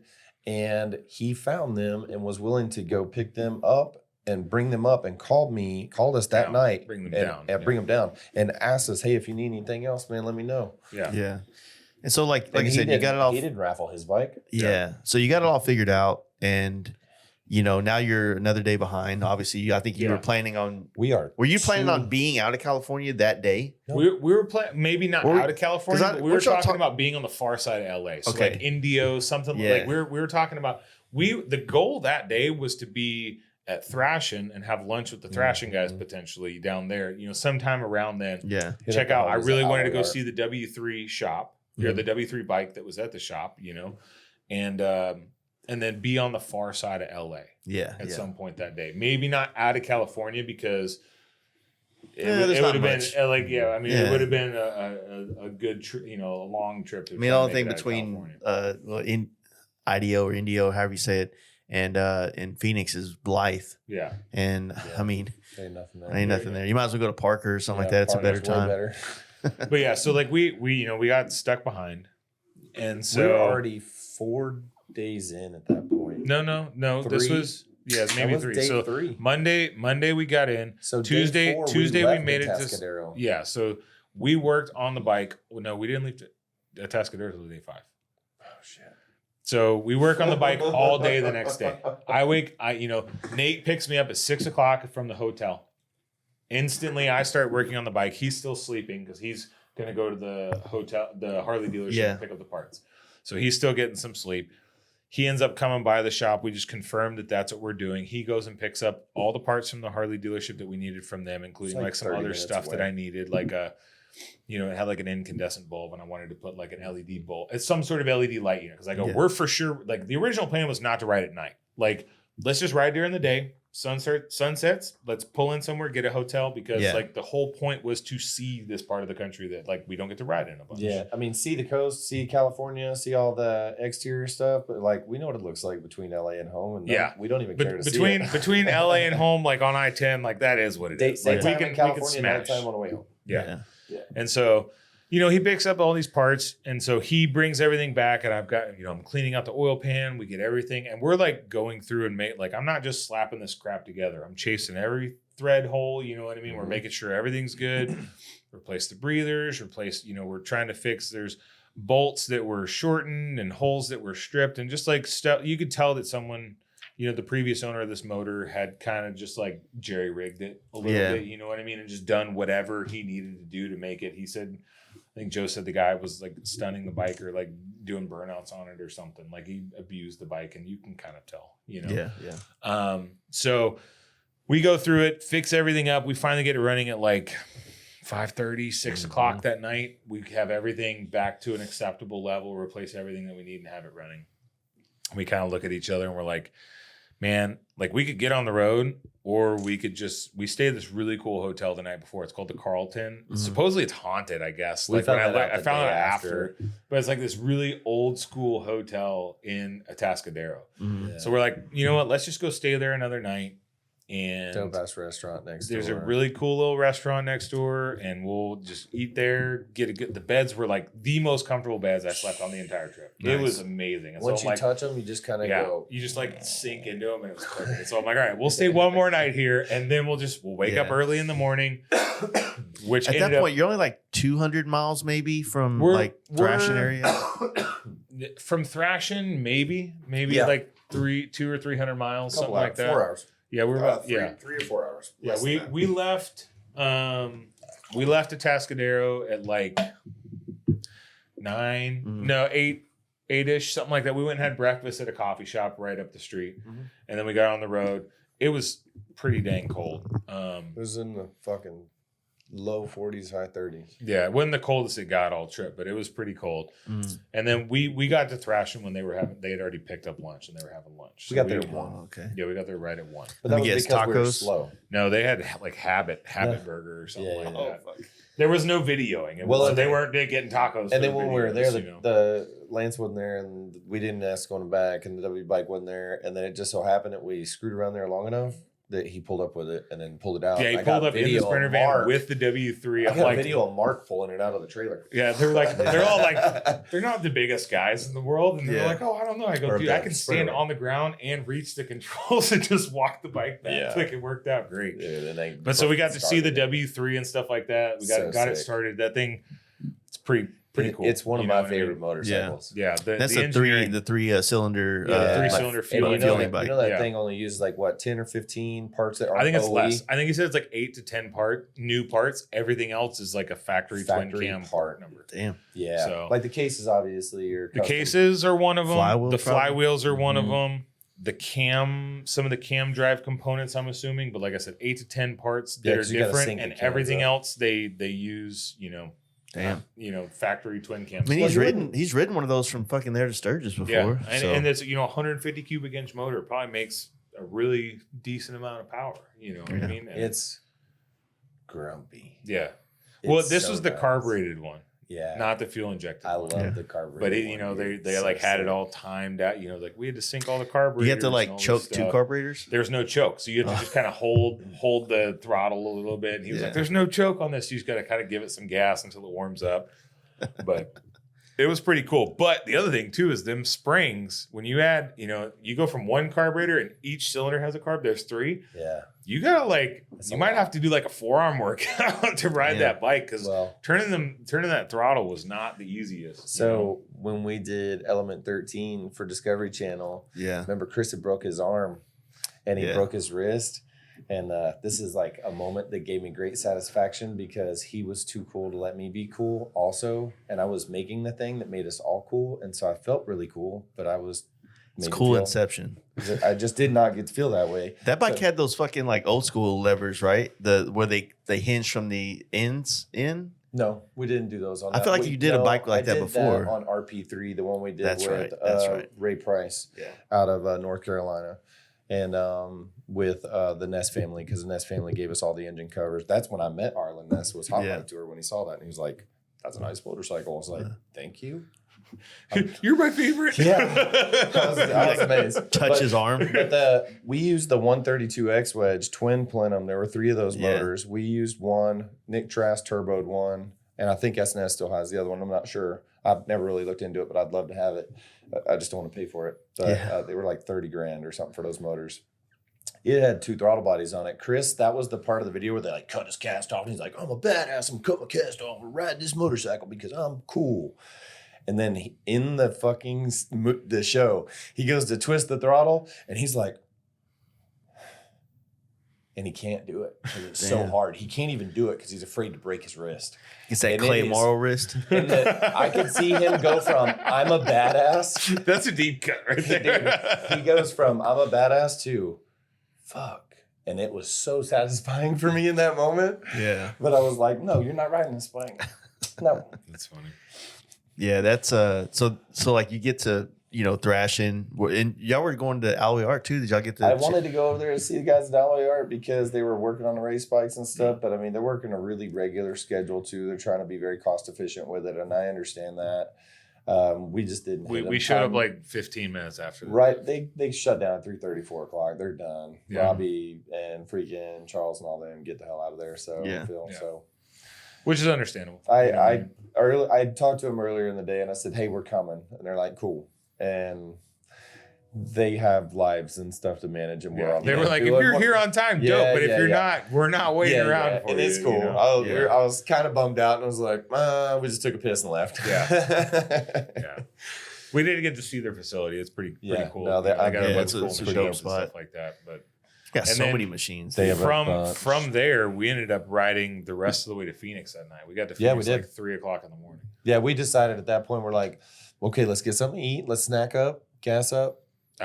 We didn't even get, we just like I think we just gas and snack because It's Pasadena, right? Where they're Alloy, like No, that was a little like, bit further east than Pasadena. I think. It was just It's east an of hour and a- Moore Park. It was like an hour east of Moore Park. hour and a half or to an hour away from. I know it's like right at the base of the mountains before you go up there. Yeah. And there was the entire time on Google Maps, it's like your route may be affected by forest fire. You know what I mean? Like that was like another really fun part of the trip was like riding through LA at rush hour. And we're just it's my favorite. Blasting between all the cars. Dude, you know both of what us I mean? have so much video of us just going. Yeah. It was a ton of fun. The problem was that I couldn't chase him like he wanted me to chase him. And the truth is I ride faster than I could ride. But the problem was that I got a blown out shock. I got neck bearings that are messing with me. Got tire pressures that weren't set right. I mean, we'd already adjusted. We're riding with Mark in general. Like, I'm an asshole in traffic. I love it. And we rode down to. I wish I had a bike that handled on our trip so I could keep up with him because the problem is he would go take off and my bike would go. I'd be like, oh, sorry, man. I'll slow down. Yeah, I could only do like 80. Yeah. And then it would hit me around 85. Like right around like 82, and when 85. they segment the freaking lanes so that there's grooves between the freaking lanes and they're dug out. You hit those dugout lanes in a corner, you're like, doop, doop, doop, doop. You're on the Pasadena freeway up just north of. We're on the 210. Yeah, so that one right there, it the whole You fucking can't way. do that on that bike in the turn. I'm doing 65 in some of those turns. It's and I'm sketchy, and almost everybody's in a hauling lane. ass. Yeah. Everybody's hauling ass. Well, so the thing is, like, right after we leave, is it Thrashing? Or maybe Alloy Art. Right after we leave, one of the two, I realized that my GoPro ran out of battery. And so we just pull over on the highway. And then this is the first time the bike won't start. Like we're on the left shoulder. You know what I mean? On the fast side. We are. In rush hour and I just pull over. This is before it's stop and go rush hour. This is still That's like when I gave you your stick. Yeah. So we're sitting there and I'm like looking, replace the battery. I'm like, all right, cool. And I've got a video. I get on the bike and hit the start button. It's like click, click, click. And I'm like, what the hell? And luckily, when we thought originally it was a starter before the stator, I pulled the end cover and just drilled it. And I go, that way I could just shove something in because it didn't have the physical button like thing. the button. Now, mind you, we're not on like a hard outside corner. There's no speed happening. Everybody's going really slow, but we're technically in an outside corner on a downhill slope. Yeah. So I'm saying to myself, I'm like, any road debris ends up against this wall. Screws, nails. Yeah, we're like looking for that. anything. And I'm like, there's something here, Mark. And he's like, I don't have anything that fits in it. And I'm like, no, there's a stick, nail, screw. And I'm like, here's a stick. Yeah, so he finds a stick on the side of the road that ended up being my starter button on that bike for the, I would say probably, I'd say probably about 60% of the times I started it, like I'd have to Even at the gas this station, stick. I'd do this. I'd be like, yeah, I'm ready because I'm always slower to get with my shit Yeah, on. that's weird. Like when on that bike, I had the starter button, and sometimes it would just never work on the switch, and I almost felt like I always had to go to the button. Is that what causes that? Well, this is again, I'm gonna like do a little series of kind of diving through this bike and just fixing it and stuff like that, and what all it takes to fix it and what we find and issues like that. But I don't know if it is just it's a cheap starter. Mm-hmm. Or if it has to do with the fact that the wiring, he didn't run it through a relay. And so he's running all of the signal wire, the way it's supposed to be wired from the factory, the way every bike comes from Harley is there's a relay and you've got power coming in and then you have power going to your starter, and that's actuated by the other side of the relay with a lower amperage, lower amperage side, less draw from your start switch. So that you close your start switch, it closes that side of the relay, which closes the higher voltage, the higher amperage side of the relay, which sends the signal to your actual solenoid to push out your starter plunger, and then that closes the circuit that sucks all the power that starts it. So I don't know if it has to do with the fact that there's not a relay in it and he ran all that through the switch and I'm just getting a massive voltage drop that's not enough to get the plunger to come out all the time.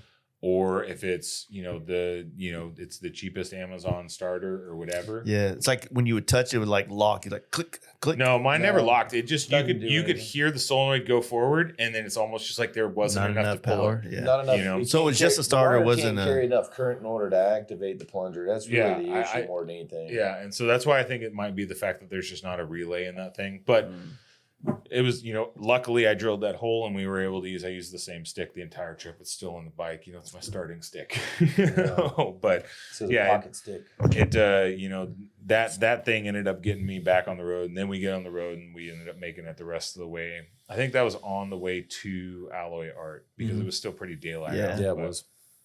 Yeah, we're still in traffic. So when you guys came into Phoenix, did you go straight to like a homie's place? Yeah, we got 3 a.m. Ooh. Yeah, I called a buddy of mine that I used to work for. His name's Sheen and Lele, owns Live Fast Cycles out in Tempe. Live Fast Cycles. Yeah. Fast Life Garage. Live Fast Cycles. Well, my first shop was Live Fast Customs. Customs. Remember, because we were at his shop. Your buddy there adjusted my suspension on the Blue Dyna. Yeah. Because I was like, I put progressive shots in there before I realized they were garbage.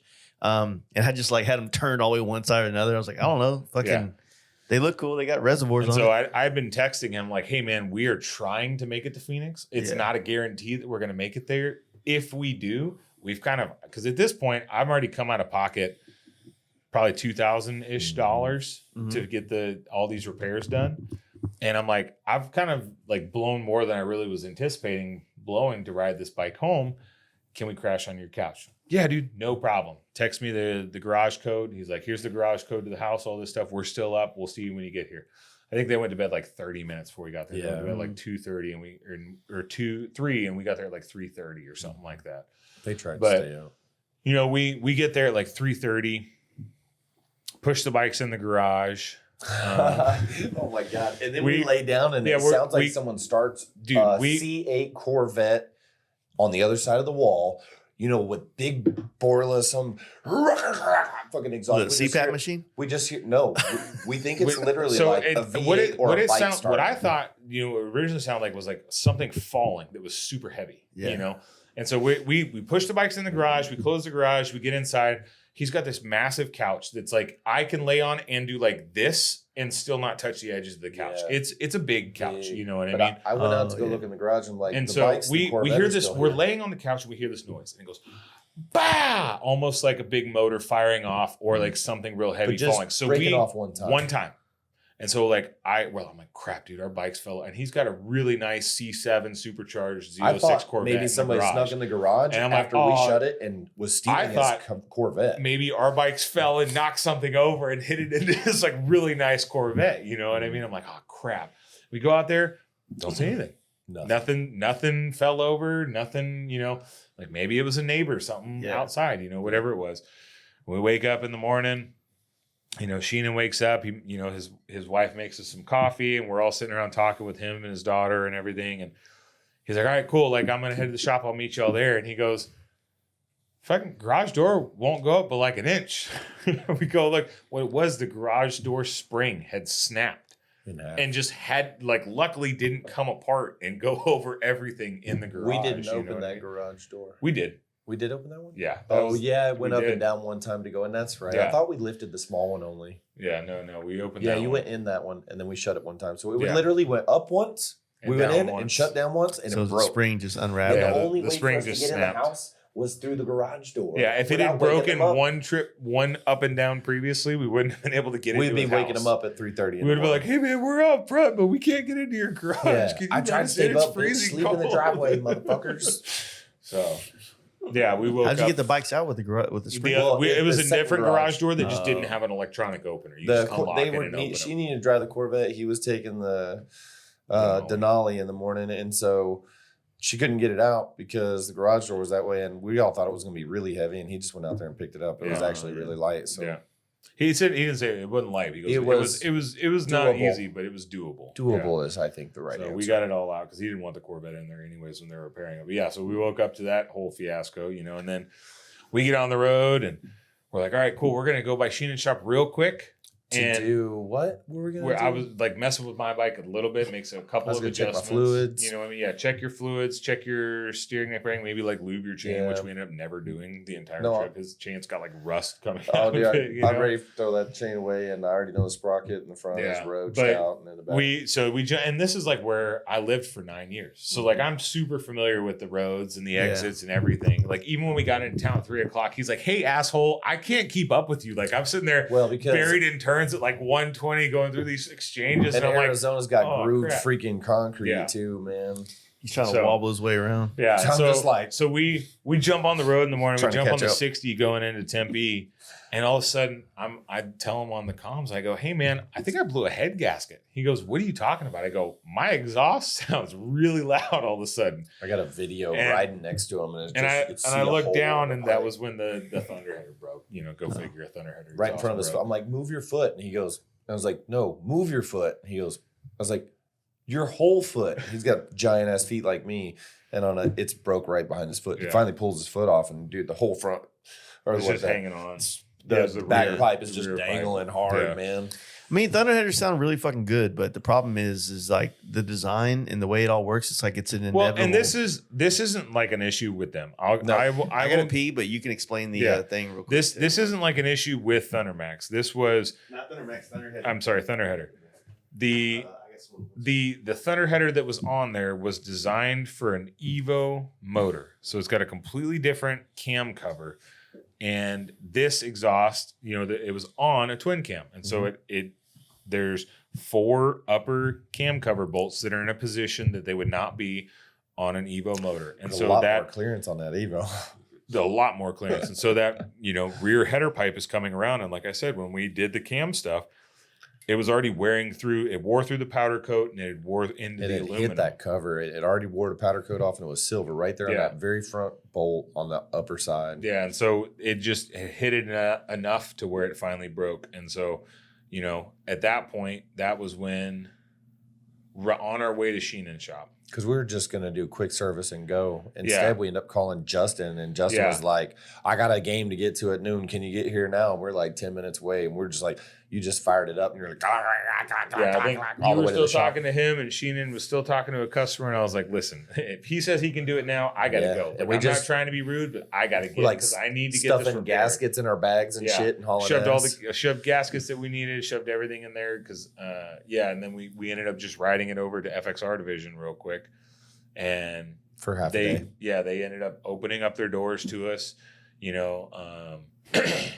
The torch industry side welded it up. I think the bike just wanted to see as many shops as possible on the way home. Yeah, I mean, it was on the fucking. It was It on goes, the "Hey, FXR let's go tour. It's on- visit all your homies on the way home." And I mean, I so- normally do that when I'm on a trip anyway. I try to thank you so much. I try to, go see as many people as I can on my trip. And, you try to do that, but also when you got to get the bike was home- forcing us to. It goes, "No, we're going to go see as many of your friends as I wanted possible." to. I wanted to say that. Though. Knowing both of you guys, you're over planners. Yeah. Oh, for sure. You try to control the narrative of the future, and I feel like these bikes and this thing forced you to do everything the opposite of what you plan to do. You know what's funny you say that, and I'm going to express this to you intently. So you know me that way from my past. Yeah. Okay. And I am that way greatly. But also, you could ask Mark how passive I was about our trip. Dude, the whole thing, both of us we basically looked at each other and go like, it is what it is. Yeah. Like, there's no point. Don't even like, care. I had every right to be super fucking pissed off. The Serenity You know Prayer what I is a mean? real thing. I had, dude. I could have let it get to me. I could have gotten upset because, the bike had problems, and not only did the bike have problems, but the person that raffled it decided they weren't going to help me with any of the problems that it had, and basically said I was on my own and offered to buy it back for less than half of what he raffled it for. You know, he raffled it for $25,000. He goes, "Oh, come buy the bike for $9,000 right now." Yeah. I'm like, that's like a really insulting offer after you just sold it for $25,000. You know what I mean? I want to add to that. Joe Kidd, the man that raffled off Mark Matthews' motorcycle to him, at 9 o'clock in the morning, his response to what had happened was, "Damn, that sucks." And then no, there's also I'll go through my Rolodex and see if I can if I can find someone to help. It started with that. And then there was no follow-up for how many hours? 9. And so for me, my opinion is that a real man, a real friend, doesn't leave anybody on the side of the road. Mm-hmm. And we're only a couple hundred miles away. Yeah, we're about 330 miles away. At 9 to 10 o'clock in the morning, there was no truck available. There was no money available for parts or help. I'm just, not that it was necessary, but I'm just kind of putting that out there. And then later in the day, it was, I'm frustrated with you talking to me. I'm going to come give you money and take my motorcycle back because you don't deserve it. No, Shame on you. He didn't say that yet. He didn't say that yet, and that's not fair. But anyway, he basically just said, I got money in a truck and I'll come get it right now. That's basically what he said. I had asked, I said, "Hey man, is there any chance you could use some of the profits from this raffle to help me cover the parts to get the bike back home like I originally planned?" Because I was told that this bike was good to go. This was, you know, my wife says this is the nicest bike I've ever built. I don't say it's the nicest, but I think it's tied with the nicest bike. I'd ride this bike across the country right now, no problem, no hesitation. Mm-hmm. So that was what, you know, sold me to fly out there and ride it back. Yeah. You know what I mean? It's because I was told that I wasn't going to have any issues. You know what I mean? Or, you know, and I assumed. Well, issues can't, I mean, not to cut you off, but issues can be unforeseen. Let me rephrase it. But my thing was, I knew I was going to have issues. It's an FXR. You have issues with every FXR. It doesn't matter how nice it's built. It doesn't matter how much money you put into it. You're going to have issues. I was under the false assumption that if I had issues on the ride home, at least I would have some sort of help dealing with the issues, especially that, you know, if I had an issue at mile 1800, like, okay, I get it. No. You know what I mean? You're not going to come drive and pick me up at 1800 miles. You also just rode at 1800 miles. Like, it is what it is. For me, it's a couple hundred miles in. It kind of makes sense. You're still in my neighborhood and you're thousands of miles from home. I'm kind of going to try to help out. Well, and that was the thing. Like I, you know, there were a lot of people that were like, "Oh, you got a bike for $100. What are you complaining about?" And I'm like, that's one way to look at it. Yeah. The way I look at it is the bike just sold for $25,000 and it made it 300 miles. Yeah. You know, before I had a problem. And so I looked at it how I would handle the situation. If I sold you a 1983 FXR for $25,000 and it made it 300 miles from my shop, I would be hooking my trailer up to come get you. I'm not saying that I'm not even saying that I would guarantee I would cover it, but I would at least figure out a way to get you back to the shop to try and start helping, finding you parts, whatever. Well, I mean, I wouldn't wait 10 hours to respond. I mean, I think the real thing about this raffle stuff, because it's a part of our culture in bikes, and it's a way that people can get rid of bikes that honestly a lot of people just don't have the money to spend. Like the people that want money to spend, it's just they're not the level that they're raffling them for. That's what I'm getting to. Yeah. The problem is that like if you build a bike to a certain degree and you need to get $35,000 from it, like it's far and few between to get $35,000 for an FXR that's not an M8, that's not fucking turbo, that's not got some crazy shit done. Yeah. I mean, you got a solid, you know, maybe you got an SNS 111 or 124. Like, it's going to be hard to get that. Yeah. You're finding a purist that's going to want something like that. But exactly my issue with raffles is what happened. My issue with raffles is that people will raffle a bike, and then when there's a problem, the response is, and there were plenty of people parroting this, well, what are you complaining for? You got a bike for $100. Yeah. That's not the point. The point is that you crowdfunded, sold the bike for $25,000. Mm-hmm. You know, maybe you didn't make, you got $25,000 for grossed. the bike. He grossed $25,000. Yeah, you grossed $25,000 for selling a 1983 FXR. Mind you, that was not titled in his name. and had a title that had already been dated in 2020. So I have no clue what kind of fees I'm going to have to pay titling it. Fair here. I received a title with a vehicle title transfer document. We did that appropriately. I had a clean title in his name.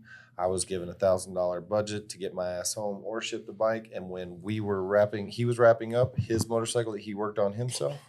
He said, "Hey man, how much was your flight?" And I was like, "Man, don't worry about it. I already spent a lot of money getting out here. Just give me $1,000 and I'll cover whatever else I got to get back." And he walked in and in 2 seconds walked back out and he goes, "Is that okay?"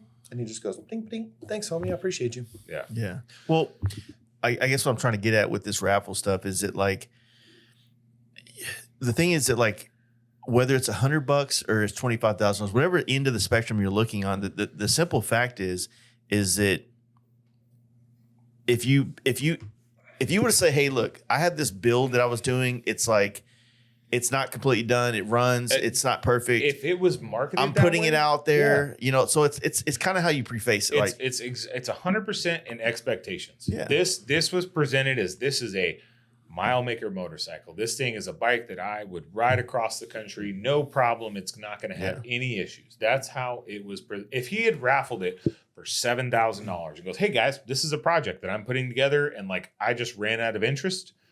I slapped it together. It runs. I don't know how well it runs. I don't know anything about it." That would be one thing. Yeah, having a hard time selling it. Hope one of you guys gets it. This was not presented as that. This was presented as a complete done bike that was ready to go, ready to ride across the country. Yeah. I get it that he didn't build the motor. I also don't expect ever to win a motorcycle and it be amazing and perfect and everything. I don't expect to buy a motorcycle and it be perfect and amazing either. I know that I'm inheriting an older motorcycle's issues, characters, potentials, all those things. Some things are wearable. They're going to wear out, get destroyed at some point, whatever. We have an agreement that if you're building a high-end raffle and you're making a decent margin on it, that you should be very considerate of the age era items that you're going to need to replace that are wearable items. You should go through the wearable items and replace them, make sure your capacities and all your pressures and all your stuff is set. Make sure it's a little bit dialed, mechanically sound. You know it's going to go somewhere. Yeah. We all agree about all that. But I think we also all agree that, like, we do know we're, like, most every raffle out there is someone's clapped out basket case that they can't sell. Yeah. And we know that, but I also look at it as opportunity to acquire a bike, hopefully in the gambling sense of like, I don't drink anymore. So guess what I spend my money on? Raffle tickets. You found a new fucking vice. Huh? Bro, I'm raffled up and I'm doing pretty good right now. So like, I think we all know and expect that, but it is how the expectation is delivered and what kind of gravity and responsibility comes with that. And like, is that person going to be accountable to what they say is the expectancy? If it was a $7,000 raffle, you know what? Like, I'm not even going to ask you at that point because you just raffled a bike for $7,000. Yeah. The whole thing was the value that the raffle brought in, $25,000. I don't care. You can try and tell me whatever BS lines you want about taxes and all this stuff. I don't care. You sold a bike for $25,000. You just sold it to 250 people at $100 a pop instead of one person for $25,000. Yeah. It's just a different math equation, but it still equals a $25,000 motorcycle. There's an expectation that it's going to make it more than 350 miles. Yeah. I mean, whenever I rode that bike, and I knew I had some issues, I had the option. Do I drop another 3, 4, 5, 6, 7, 8, 10 grand to fix the 20,000 miles, rebuild the motor, redo the flywheels, redo all that shit? Or do I sell it as is and then someone buys it? You told them though. I mean, even if I told them, no matter what you tell somebody, the optics on the outside looking in, I just bought the Fast Life bike and it blew up. Yeah. Period. Doesn't matter how the conversation is here because the optics on the outside looking in are going to be bad for me. Yeah. You know what I mean? I pieced it out. Yeah. And I'm glad I did because, Adam Hughes bought the motor and ended up being like, it was on its way out. Yeah. And I sold it to him. I was like, hey, look, it could be fine or it could be fucked. But here's a built transmission. Here's a built primary. Here's a Ultima 111 or 113 motor that may or may not be any good anymore. I remember when you got that motor. Yeah, it was from fucking Pickard. Yeah. And then I remember when we took it to your shop and we were pulling the flywheels out and he goes, man, why does this thing say Ultima on it? It's like, I don't know. I thought I was getting a SNS 113. Bro, like Javon didn't do me wrong. He said I got an El Bruto motor, 113. I didn't know that was an Ultima. The Ultima was a 113. Yeah. I was just scared as shit. I was like, all right, Mark, do your thing. Make it work. Big motorcycle stuff. We got it to last. It lasted 20,000 miles. That's pretty good. Yeah. Like through 115 degrees to and we didn't like go through and replace a bunch of parts. We just went through, made sure nothing was bad, and put fresh gaskets. Yeah. You know what I mean? Like we weren't like, hey, the metallurgy on this rocker support is really not possibly the greatest, and like maybe we should do some different pistons. You know, we were like, so the pistons look okay, cylinders look okay, nothing's out of spec majorly. The thing is that like there's no get rich quick thing, especially in a world where you're providing a service for people. Yeah. Right. Like yes, sometimes you come across really good deals on a bike, and you get like a cream puff, T Sport or a full fairing RT that doesn't need much to just resell or whatever, and you can make some money. Yeah. Well, and my dumb ass too. I'm sitting there. He's like, I'm thinking in my head because I was in on the raffle. I'm like Bagger 103 in my head. Okay, that's FXR, and then in my head I forgot that mine was just the Mackie 103, and I was like, wait, is mine a Bagger motor? No, wait, it's a stroker motor. I find out from him. I'm like, oh fuck yeah, dope, badass. Cool, because I didn't pay any attention. I just heard name, T-Sport. I'm like, yes, dude, I'm in 100%. Bam, money. Well, it doesn't even matter. You heard bike raffle and you were in. His marketing was good. Like his image is good. His videos are good. I mean, and he told us like what he spends on advertising, and it's like he probably has more in advertising than a lot of people have in their bikes. Yeah, he's spending. He admitted on that raffle on the video before he gave it away. He's like, I spent like $25,000 on this bike. Yeah, mm-hmm. I mean, he bought a used his bike has really nice parts. It just like I said, it's nothing against Kyle, and Kyle stood behind that bike 100%. And like you said, it just needed a little bit of refinement, criticism to do it better. Yeah, it just needed a little bit of refinement, and it's fine. But it has a solid motor. It's got a Dark Horse crank in it. It's got a Baker 6-speed transmission. Mm-hmm. You know what I mean? It's got brand new thunderheader. Yeah, brand new thunderheader, not one that was welded up and recoated. It's got for a different model. For a different model motor. It's got the OG T-Sport bags. Yeah, it's got original bags, original fairing. With one repair. Yeah, I mean it's got like really good components. It's a badass fucking bike. Yeah. I'm really, really, really happy to have that bike because when I first started to look at like what motorcycles were for me and like what I wanted to do as like what I wanted to ride, like I started to build a Dynot. It was supposed to be a 17 bike, and then Misfit decided they didn't want to help crowdfund my motorcycle anymore. Yeah, and we were done doing business, and so I had to pay for it myself up front instead of finance it. So it became what it was. But like I wanted to like a fun go beat around bike. Like I had a Dyna before that. I was like, I'm gonna build a Dyna-ish platform bike. And then I started looking into what was the T-Sport because someone said something about it. I was like, well, what is that? What's T-Sport? Yeah. It was Jeff. And then he's like, yeah, it's the dopest freaking Dyna there ever was. And then I started looking and I was like, yeah, those are pretty cool. I got to ride a friend's and it handles like a damn bicycle with a motor in it. Yeah. I've always wanted one. And so I ended up with that one from Rennie, and it needs some love too. It's Mikey's beat up ass bike. I mean, Mikey will tell you flat out. He's like, "Damn, I'm surprised that thing even runs still." I think it's important, like for everybody to understand, like like transparency with everything. You know what I mean? And I know that with like Mikey's bike, and that's the whole thing. I mean, dude, it's like, that's what I was getting. When I sold my T-Sport to Robert Cheek and Rennie, which I knew they were going to raffle it, and I was in on that. And I mean, it's same thing. Like when I bought that bike, apparently the guy was like, man, either the motor's bad or it just needs fucking tensioners on the cam plate. I was like, I'm going to gamble that because it had original fairing and all the shit on it. Yeah. So I go up to Kentucky, pick it up. Thank you, Jacob. Homies, East Texas homies took me out there. Brought it back. Saw it was, that was all that was problem was just the tensioners were fucked. It was like on the fucking wire. Yeah. Put a new cam plate on there. Didn't put cams in it. New cam plate, lifters, the whole thing. I did a Screaming Eagle cam plate and fuel pump because it had a perfect run out on it. And I was like, cool, put it back together, ran fine, rode it to fucking down there. I had just finished the last like bagger I had, and I have a hard time having two cool bikes because I'm like, I like you more, or I don't. You know what I mean? Like it's like you're cheating on your girlfriend. Exactly. I remember that you did that T-Sport like right as you were finishing up everything with your with your bagger. Yeah, the gold wheel bagger. Yeah, with the gold Arlen S wheels. So then I was on the road, and then Rennie and them came by to do something. I think we were picking up some like used parts or something here. And they're like, I was like, man, if I was gonna sell this, I need to get like 14 grand. She's like, done. I think they raffled off for like 25 or so like that, or maybe a little more. I don't really know.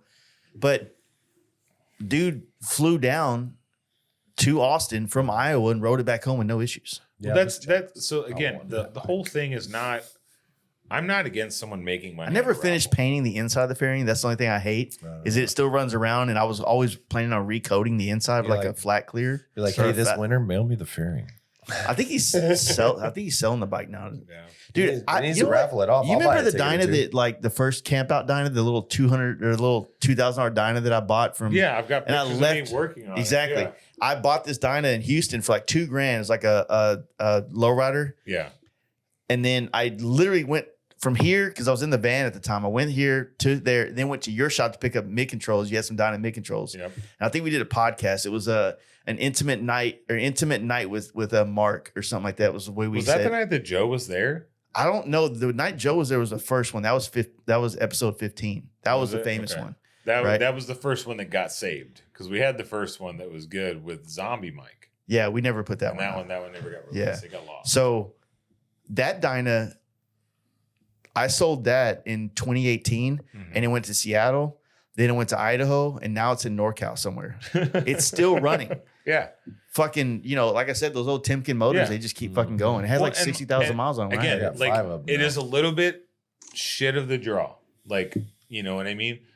And again, if the bike was raffled for $7 grand, $10 grand, and it was said, hey guys, I just slapped some crap together that I bought for cheap and put it in here, I wouldn't okay. Like I know what it is. I also wouldn't have flown out there to ride it home. No. Yeah. You know what I mean? I would have, you know how much I had to argue with my wife and my dad to like, I'm going to do this. Like, why don't you just my dad's retired. He's like, I'll go out there and pick it up in the truck and just load it up and drive it back. I go, well, when you called me, regardless of who built or whatever, you said, hey, we both want some bikes on some raffles. We're going to go fly up there and ride them home. I was like, man. I was in for it. Like, I already knew what I was getting myself into. I knew that we were going to have We've problems. all done this across country. You think about every time you ride a bike cross country, how much work you do to your own bike just in case. Yeah. And not only that, not only do you pre-trip like a son of a bitch, but also sometimes you just know you find yourself working on an older bike on a road. It's going to happen. I knew. Absolutely. Again, I traveled I knew that we were going to have like I didn't know what. I knew we were going to have something.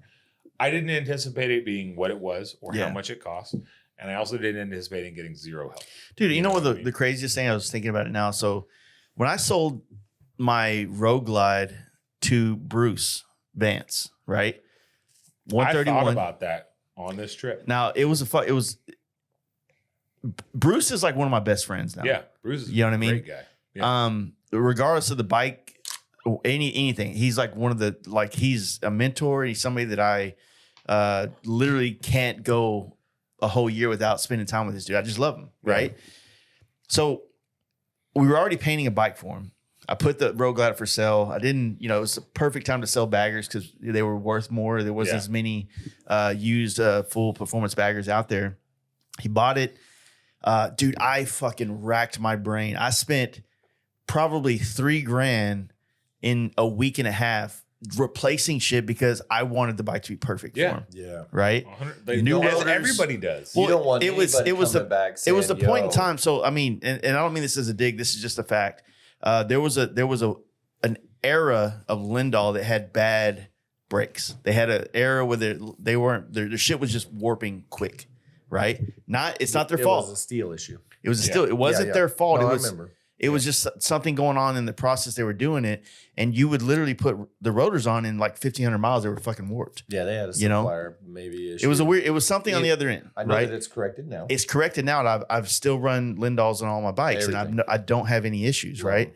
But it was like 2 years of just everybody was having problems, and this bike had 2 sets that had that problem.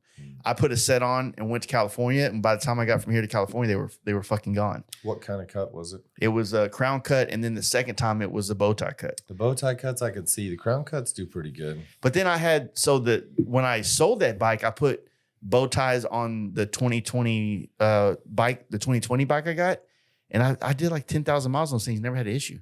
Yeah, of course. No It issues. was a weird time. It was a weird time. Yeah. it was like I At the said, it's time, not yeah. a dig at Lindell. No, No.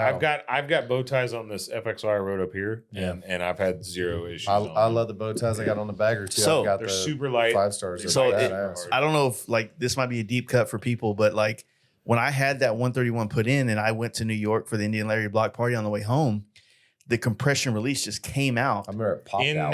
in Memphis. Memphis, yeah. I that ended was up going to Rusty's place, right? Yep, I remember that. We bought he had a spark plug tool, And then we cut it. the edge out so you can have the wire come out, Yep. Yep. and we fixed it, and it was never a problem, right? I rode it to New York But didn't again. it pop off again after you sold the bike to the guy? I sold the It, bike like, to him. blew out. He comes Left here, and it goes, jumps on the bike, and he's busting ass back to Washington. He gets to Grand Junction. yeah. It pops out, and he starts telling me what's going on. And of course, you sell a bike to somebody, you're like, this gonna fly in and ride home. You're just fucking worried. You're like, Until they get home, you're like, well, oh, you should be worried. Yeah, I'm just it's like a good moral person would be worried. Like, I mean, I'm worried about it. You know?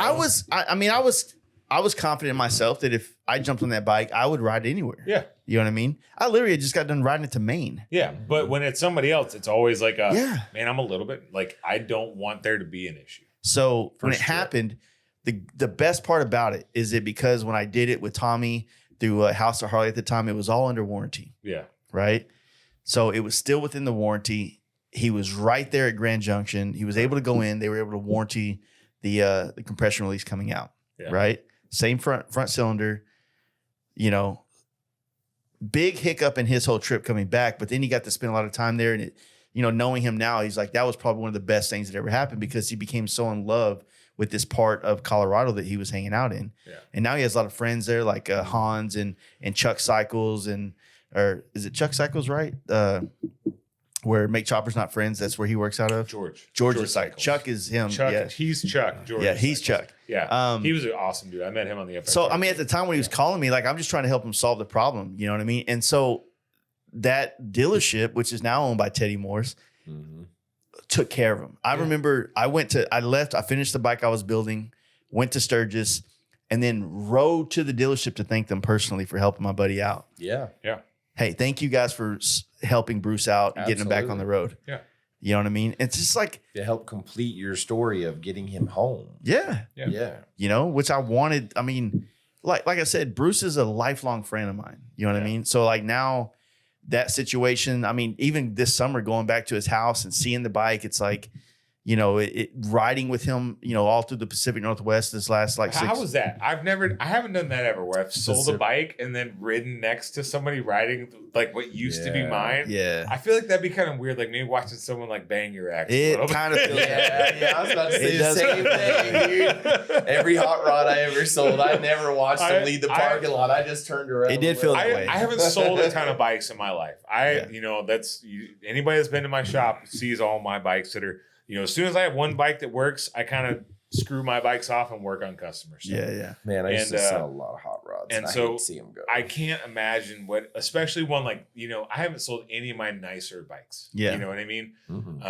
The raffle bike's going to be the first one that's like anywhere near custom Yeah. that I'm going to try and sell.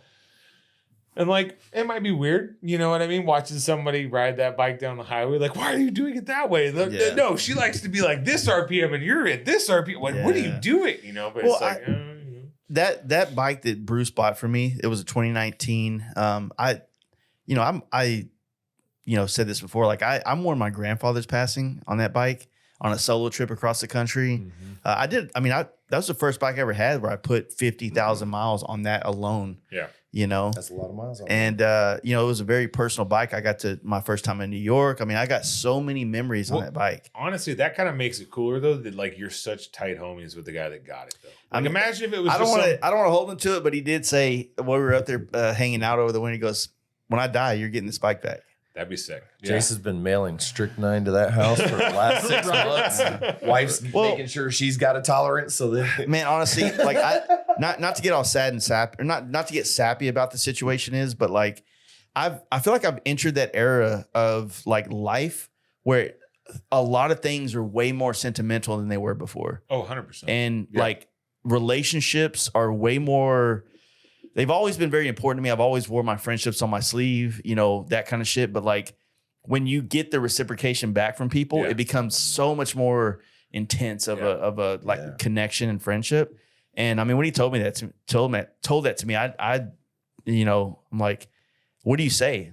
Cool, man. Hell yeah. I mean, thanks, like, bro. honestly, the thing in my side, I'm like, if someone said that to me and it was a bike that had that meaning, I'd probably start crying. Yeah. Yeah. I mean, that's what you're feeling, but it's like, in my head, I'm like, you know what, man? Like, I don't want to think about you dying for one. Nope. Yeah. Well, that's part of it too. Is like, it's also like, you don't want to think about your homie dying. Yeah. You know what I mean? Like, that's a sad thought by itself. Yeah. And then you think about all the memories that you have on the bike and then all the memories that he has on the bike. I mean, that's an overwhelming of emotion right there. I've gotten to a place with death anymore that, it's sad when someone leaves this planet. And, I've struggled big time with my mom over the last year or so. Yeah. And lost my stepfather 3 years ago. And it's one of those things where, like, I'm just really appreciative of the time that I get to spend on this planet with the people that I love so much, man. Like, I'm so fucking happy I got to take this trip with Mark because honestly, I told him on this trip, awesome. I said I don't think I could have like picked a better person. Oh wait, hold on. Because I was taking a video walking down from our private patio to the beachfront, and he was saying this to me all cute and friendshipy and shit, and I was like super sentimental moment, and I was like super into it, and I was taking videos like, shut up, bitch, I'm taking a video. But he's right, man. I felt the exact same way when he said that. There's a lot of people you can take trips with that, like, one hiccup happens and it becomes, what the fuck? Yeah, you know what I mean? Like, you're just pissed off. Bro, yeah. Or they don't know how to deal with something in a manner that's like, you know what? Like, getting upset, I mean, isn't going to solve I take a the lot problem. of safety meetings, so I don't have stress, man. So, I mean, that's the thing of, like, I think you, all of us sitting at this table are way more well equipped to deal with issues on a bike on the road, whether it's not with our own hands, with our network of people that we have. That was my were thought. The That's right kind guys to win those bikes. They couldn't have had the two best and worst guys to win their motorcycles. That's part of where my frustration a little bit comes in. I don't know if people have picked up on it, but I'm a little bit frustrated with the person that raffled the bike. Back to kind of what I said earlier, I think this trip was good for you guys. Just you're so alike in so many ways, and I feel like fate put you guys together to do this trip. Mm-hmm. Absolutely. I mean, there's no way you win. Dude, how often Mark, do you win a bike with your buddy? How many times? How many times have we hung out numbers are so at the beginning of a year to do a new year, new us, and you were talking about all the shit you want to do, and then I get sucked into work. But this is what you do. This is exactly what you do. I'm gonna do you real quick.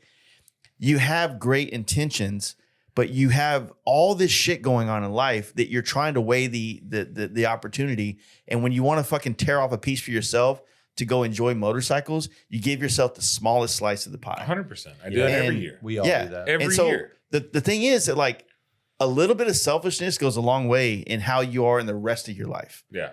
And it sounds counterproductive, but the truth is, if you give yourself what you need, sorry, 805's hit. Like that plug.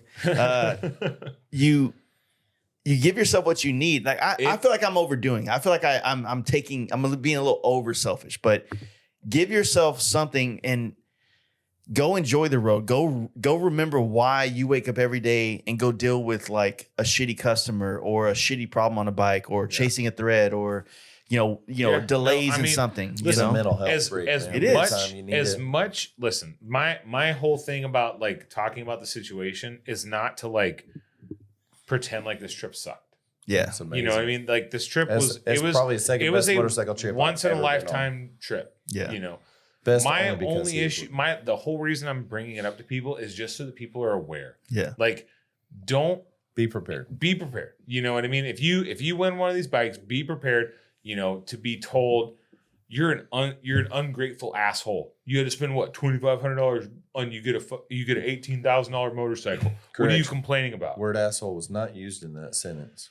No, it was you're ungrateful, Mark. Yeah, I was ungrateful. That was just the like word. that. I'm ungrateful. You know what I mean? Like, that's and again, it all kind of boils down to, like, how much things are worth. But I think it, like you said, it's a blessing and a curse. Like, it was great because you got to have this wonderful experience.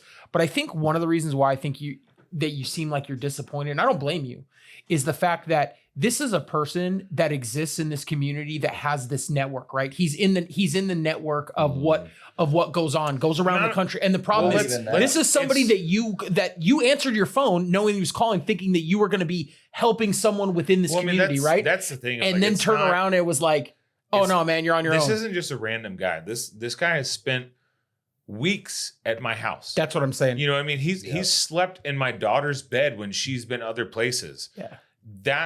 I think you're more disappointed in the response rather than anything else. If this was a random person, I would still be a little bit upset, but I wouldn't be as upset. Yeah. This was someone that one day prior to the trip, I would have called a good friend. Yeah. You know what I mean? If I had a problem and I was in Sacramento and I needed something, or his area, his part of the country, he's the first person I would have called. Yep. Not the last person. He's the first person I would have reached out to, and then to be told that I'm ungrateful and, because I had an expectation of something that was, basically, what are you complaining about? You got the bike for $2,500. Like, that is...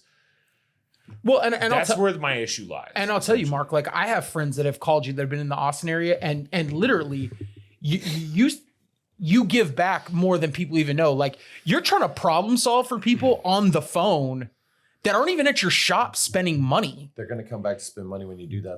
Exactly. Because you're not even you're that. looking in the grand scheme of things. That's not the expectation. I mean, I know that pays off in dividend later just by friendship, community, and profitability by recommendation. Well, last thing you want to do is be the person, like, if you're a real biker, there's no way you can just stand aside while someone's having a problem and be like, sorry. Sucks to suck. Yeah, sucks to suck, nerd. No. But I mean, and listen, there's a time and a place. Like, I guarantee you, if you walk in and I'm in the middle of trying to put a motor together that I have promised for someone in like 3 days, you're probably going to get the short side of my patience at that point. Because I've got a deadline, I've got a timeline I have to meet. But as long as I am not extremely pressed for time, or I'm walking in to have dinner with my family or something like that, like, I try and give people the time of day. I try and, like, even if I can't, like, hey, I'm not the shop to help you, but let me go recommend Justin at Hang 'em High Customs, or Cowboy Harley Davidson, or Lindell, whatever company needs to. Like, I can't help you, but let me try and help someone. It's in network. I like to refer to that as. Yeah. Well, you guys, what'd you get home, Monday or Tuesday? No, Monday. We got home Sunday night. Sunday night? Yeah. And it was, I tell you what, the most amazing part of the trip, number one, riding on the coast with my homie, freaking I FaceTime everybody in my family. Dude, my wife was so mad. I was FaceTiming her, and she's like, what are you trying to do, asshole? You trying to show off that you're riding bikes with your gay lover from San Francisco down the coast? Meanwhile, the whole trip, my girlfriend's like, oh my God, it's so amazing. I'm so happy you get to have this. Like, he would be over there FaceTiming his chick, and he'd be over there and they'd be doing their FaceTime, and I'd be 3-party in the phone call. I'm like talking in the background to both of them while he's on the phone, and I'm on mine. He's doing the same thing, but mine's over there just going, oh, I'm so happy for you. This is so good. I'm so glad you get to my wife likes to give me honeymoon phase. Hey, no, well, you know what that is? That's married and girlfriend. My wife has earned the right. My wife has earned the right to talk shit to me. I have put that woman through a lot. You know what I mean? And she has dealt with a lot of. There's no reason to exit the honeymoon phase ever. If you don't have to. Okay. Ever. You don't. Once again, married girlfriend. That's why. Nobody chooses to leave the honeymoon phase. 47 and also had enough relationship experience to know the difference between a good one and a bad That's one. fair. That's I'll give you that. You're old as fuck. Hey, all you gotta do is show up at T-Bar Tuesday every once in a while and change your life. Got one. Hey, actually, right, man. So we did this thing, which was like so how do we meet and who do we owe the honor of this to? And you got to go down to the basic atom. So did you plan to meet at T-Bar Tuesday, or were you just there and then you started talking? I won the T-Sport and I rode it one time. How many relationships? He showed up to T-Bar Tuesday to show it off. I remember that. Yeah, I just showed up. He just came to flex on everybody about the T-Sport. Have you started? No, Jace? you didn't start the relationship. No, I didn't start it. No. Not directly. No, that's not even indirectly. Facilitator. You gotta understand this. The whole reason it all goes all the way back to the nucleus. It's my mom. is how that works Your out. mom set you Yeah, up? yeah. It all That's goes dope. back to my That's mom. dope. If you go All to right, origin all right. point, it goes back to my mom in a really right. weird way. Well, I mean, she did birth you, But we so joked around. We're like, man, we gotta like our anniversary is T-Bar Tuesday, bro. We gotta fucking go hit up T-Bar. Well, I mean, like, there's been a lot of relationships, whether it's the camp out, which there's marriages from that. Yeah. There's bike night. Trey met his old lady with us in Sturgis. But At the point is like Loud American. it's really not because of like something we're doing special. It's just that you're applying yourself and going to be a part of something, and you're changing the part of your life that is sometimes a schedule. Mm-hmm. Now you're going off your schedule, and that's when you fucking meet the anomalies in life and get introduced to new things. And so it's not my mom, it's my dad. I take that back. Yeah. My interest in the automotive industry began when I was a child. My dad used to drive for UPS for like 35 years. He'd pick up the Radio Shack warehouse, the damaged good warehouse. He'd drop off and pick up. Mm-hmm. And so I had RC cars, little cheap Radio Shack ones. And they would give him all of the parts from the warranty cars. My dad would just come back with boxes. So I had like 16 wheel ATV remote controls. 22 degrees of separation does not count. Yeah, he said RC cars But as a child. I would have never been involved in the automotive industry or ever have been inclined to like car related stuff if that didn't happen. The most degrees of separation you can account is 6. 6. Six. So Radio Shack. Radio Shack is the reason why saved my life. Who invented UPS? Just kidding. No, I mean, but yeah, I mean, the truth is like I'm involved in the motorcycle community. And it happened to be those things like you come around, you see people. You're so involved in the motorcycle community because of some like gay shit. Yeah, no, I mean, I own the rights to one of the gayest things in the motorcycle industry, and I to be fair, but it And it's legit. Like I'm but I super will proud of say, me for it. Like you did something. it was cool when we were doing it back then. contributed to the betterment of that Maybe segment when of the y'all were industry. doing it. Not only did it contribute to the betterment of that segment of the industry, it took something that for was sure. difficult and caused the consumer to spend more money on labor that you can't see on a product. Yeah. So And my it my also made it intent was safe. It also made it safer. but You know what I mean? Yeah, safe for was sure. number one, but Yeah. number two, it was like, okay, so you're spending this much on labor on a customer's bike, and if they have this much in budget, you're going to spend that much on something Well- you can't see. So now you just created another realm of potential budget for appearance. For products. those people watching that don't know what we're talking about, Chris owns the patent for the short neck for the big wheel baggers. Yes. That was his Well, so patent.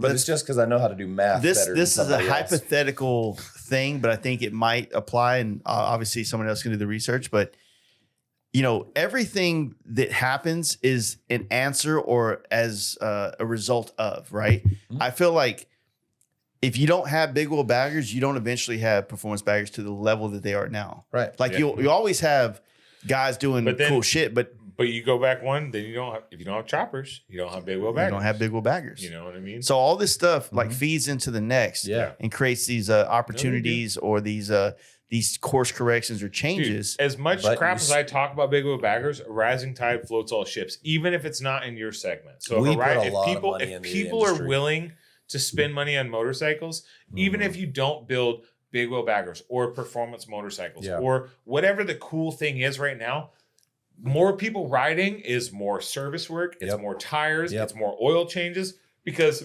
not everybody can afford a big wheel bagger, but everybody wants to go ride. My favorite thing this year going to Sturgis, we did a real chill trip. Like my whole year's just been chill because I just decided I'm just fucking chilling. You just lo-fiing it through. Bro, I bought 2 CNC mills this year and like 4 motorcycles. So I'm good. We decided to go Alamosa to Cheyenne and down into Custer, stayed in Custer. I think I was in Sturgis a total of like 9 hours over 3 days. And we rode for we were out of town for almost 13 days for a Sturgis Nice. trip. And she rode her 883 the whole fucking way there and back. Oh yeah. But it was like my favorite thing was riding behind that brand new couple with 2 brand new 2024s in all the Harley Davidson gear, but with all the accessories they could buy with luggage Keeping our and industry everything. And alive, I'm looking at it going, I love that nobody in the middle of God knows where decided to spend all that money on that because that's why I have a job. Yeah. And the truth is like when Well, and we they're went to also Sturgis, stoked. They're stoked they on were it. so You know excited. what I mean? Oh, they saw us and they were like, hey. Yeah, they're so happy. You know what Yeah, I they're mean? Like waving like sometimes this. you're in Well, this I mean, industry think and about it like everyone's this. jaded as fuck. I'm on my 3rd bike that has a paint job by you. Every single one has a giant fucking chip in it. Oh, for sure. Giant, at least one. All my And paint it's is like, shot. And everyone's like, oh, you're not going to fix it? I go, no. Like, it started off perfect. Yep. And every chip has a story. Yeah. You know what I mean? It's like all that. character. I earned that chip. That was, Yes. I was doing this or I was doing that. Like, even the bike I just won. Like, massive chips all in the saddlebags. I need it. Everyone's like, are you going to fix those? utility. No. Like, those chips were earned because this bike was ridden, fixed, and then ridden more. I think that's the biggest problem with like, you know, as I've like dabbled and learned more from the chopper brethren that I've been hanging out with, there's something about the love of motorcycles and being a part of them and less about how much money you spend on it. Therefore, you're not going to enjoy the motorcycle because you don't want to fuck it up. It's okay to spend $100,000, but don't spend $100,000 and then like, oh, I can't ride. Treat it with kit gloves afterwards. I can't go down this road because it might get a little nick or like, oh God, we rode through a construction zone. Y'all, can we stop somewhere so I can wipe my bike down? Like, no. Like, Dude, I rode with Bruce. I rode through a fucking 5 miles of chip seal. It sandblasted the bottom of my frame. Yeah. You know, but it's like, you know, this book I'm doing, it's like the end of the book is going to be me. Like I still got to do it before I tear the bike down and start fixing all the shit. But I want to photograph all the things, all the imperfections it now has Dude, that's over this year of riding. Here's the thing. Like, think about any person you know. Do you love that person because they are perfect? Nope. And they are 100% this shape and there's no issues? I like them just the way they are. I think I have a bigger, and I don't mean to cut you off, I'm sorry, but I think there's a bigger thing at play where for the last 20 years of our lives that are in this culture of like just wheels, count them, like how many wheels, I don't care, fucking dualies, trucks, fucking 18-wheelers, motorcycles, wheels. Everything is about getting the deal. I want to get the best deal on the bike. I want to get like, it's the whole fucking Richard Rawlins shit. It's the whole Pickers thing. It's all that. And people forgot how to enjoy these things for what they're designed for, because it does cost money to have these things. Oh, 1,000%. Having a custom motorcycle and traveling the country with it is way better than having a stock ass bike. Yeah. It's also a little also going to cost you more. Not only to build, but also to take somewhere. It feels cooler. It feels cooler when you see an 100 times amazing better. sunset on PCH or on the West Coast. And you look at this beautiful thing, and then you pan over to your bike. And you're like, no. hell yeah. No. Yeah, that shit hits different. My favorite 100%. is this. When I'm like this and I'm filming the sunset and I'm like just checking out the sun, I put my phone up and I'm checking out the sunset, and the motherfucker next to me is just checking out my bike. Yeah. Yeah. Missing the sunset. Yeah. I'm just like, fuck, That's what's cool about man. it. But like when what killed Big Wheels, in my opinion, was just the lack of wanting to have experiences on the bike. It's like you build these perfect bikes, then you trailer them. It got turned into like SEMA shit. Like, hey, But that's what's happening. That's what's happening with performance baggage. 1,000%. Like that's you know what I mean. It's like how many everything in the automotive industry. and like there are levels to it. Like sometimes you'll see people riding them, but then they've got the protective tape all over everything on the front of their bike, and like looks stupid. Yeah. Going down the road. Like I kind of get it. Like you just spent all the money on the bike. You want it to look cool, but at the same time, like earn those chips, man. You just said something I want to key in on. It's real heavy. I'm going to lead into that.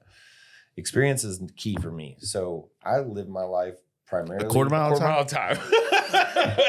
High five. You can't start. I didn't even get to say it because I was actually going to break that out, fucks. But anyway, and then go on to my story. But no, But you got the shrimp, right? the thing is like Dude, no crust. I think that experiences are the most important thing. It's just like it has to do with my kids, my life, my cars, my everything. You can do a lot of things in life, and the number one thing that's most important to me, aside from the happiness thing, which starts with you, and then that spreads, and that makes everything else better, and creates peace and all this fun shit that makes your life so much better. Namaste. Is that okay? Anyway, it's that the experiences will outweigh the objects always. And my kids have lived this way my whole life with them. And I live that way in my relationships. Heavy is creating and having those experiences because I will always remember them. And the things that I do to finance that along the way make it possible. Well, like every once in a while, some kid will remember getting something nice for Christmas. Mm-hmm. But what do they remember more?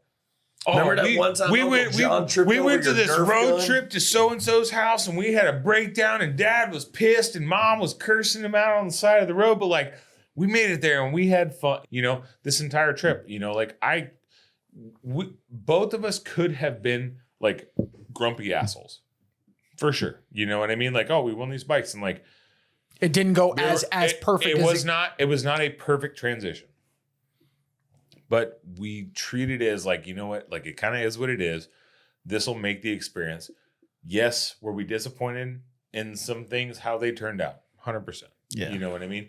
But it didn't, like, I'm not letting it affect my trip. This is still one of the greatest trips I ever had. You had a great experience, and you helped build on the bond and friendship with somebody that you already were friends. There's no reason him and I would have ever done a trip like this.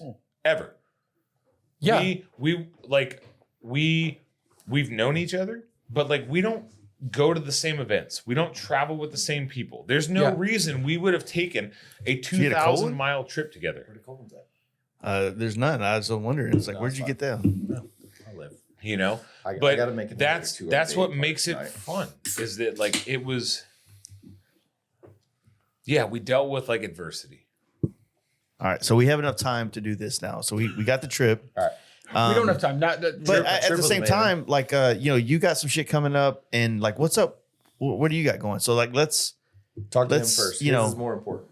So the nearest thing right now is we just moved locations. Mhm. So we've been in Cedar Park on the same street for 7, almost 8 years.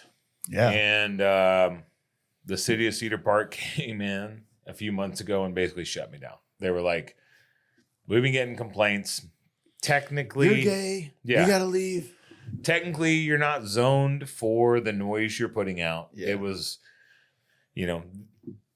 we weren't zoned for automotive or motorcycle repair, even though there are 2 other automotive repair shops on the street. Like, I'm not going to like throw other businesses under the bus, so to say, but they were like, you're shut down because I had a dyno and I was running an open air dyno. I didn't have an enclosed dyno. Yeah. So we got shut down like May. And so at that point, I started looking for a spot. We found a new location. It's around the corner from where I grew up. I'm living in the house now that I grew up in. You know what I mean? My parents still own the house. So we ended up taking over. We're in that house now. This shop is in a fantastic location. It's right off of a road called Cuernavaca.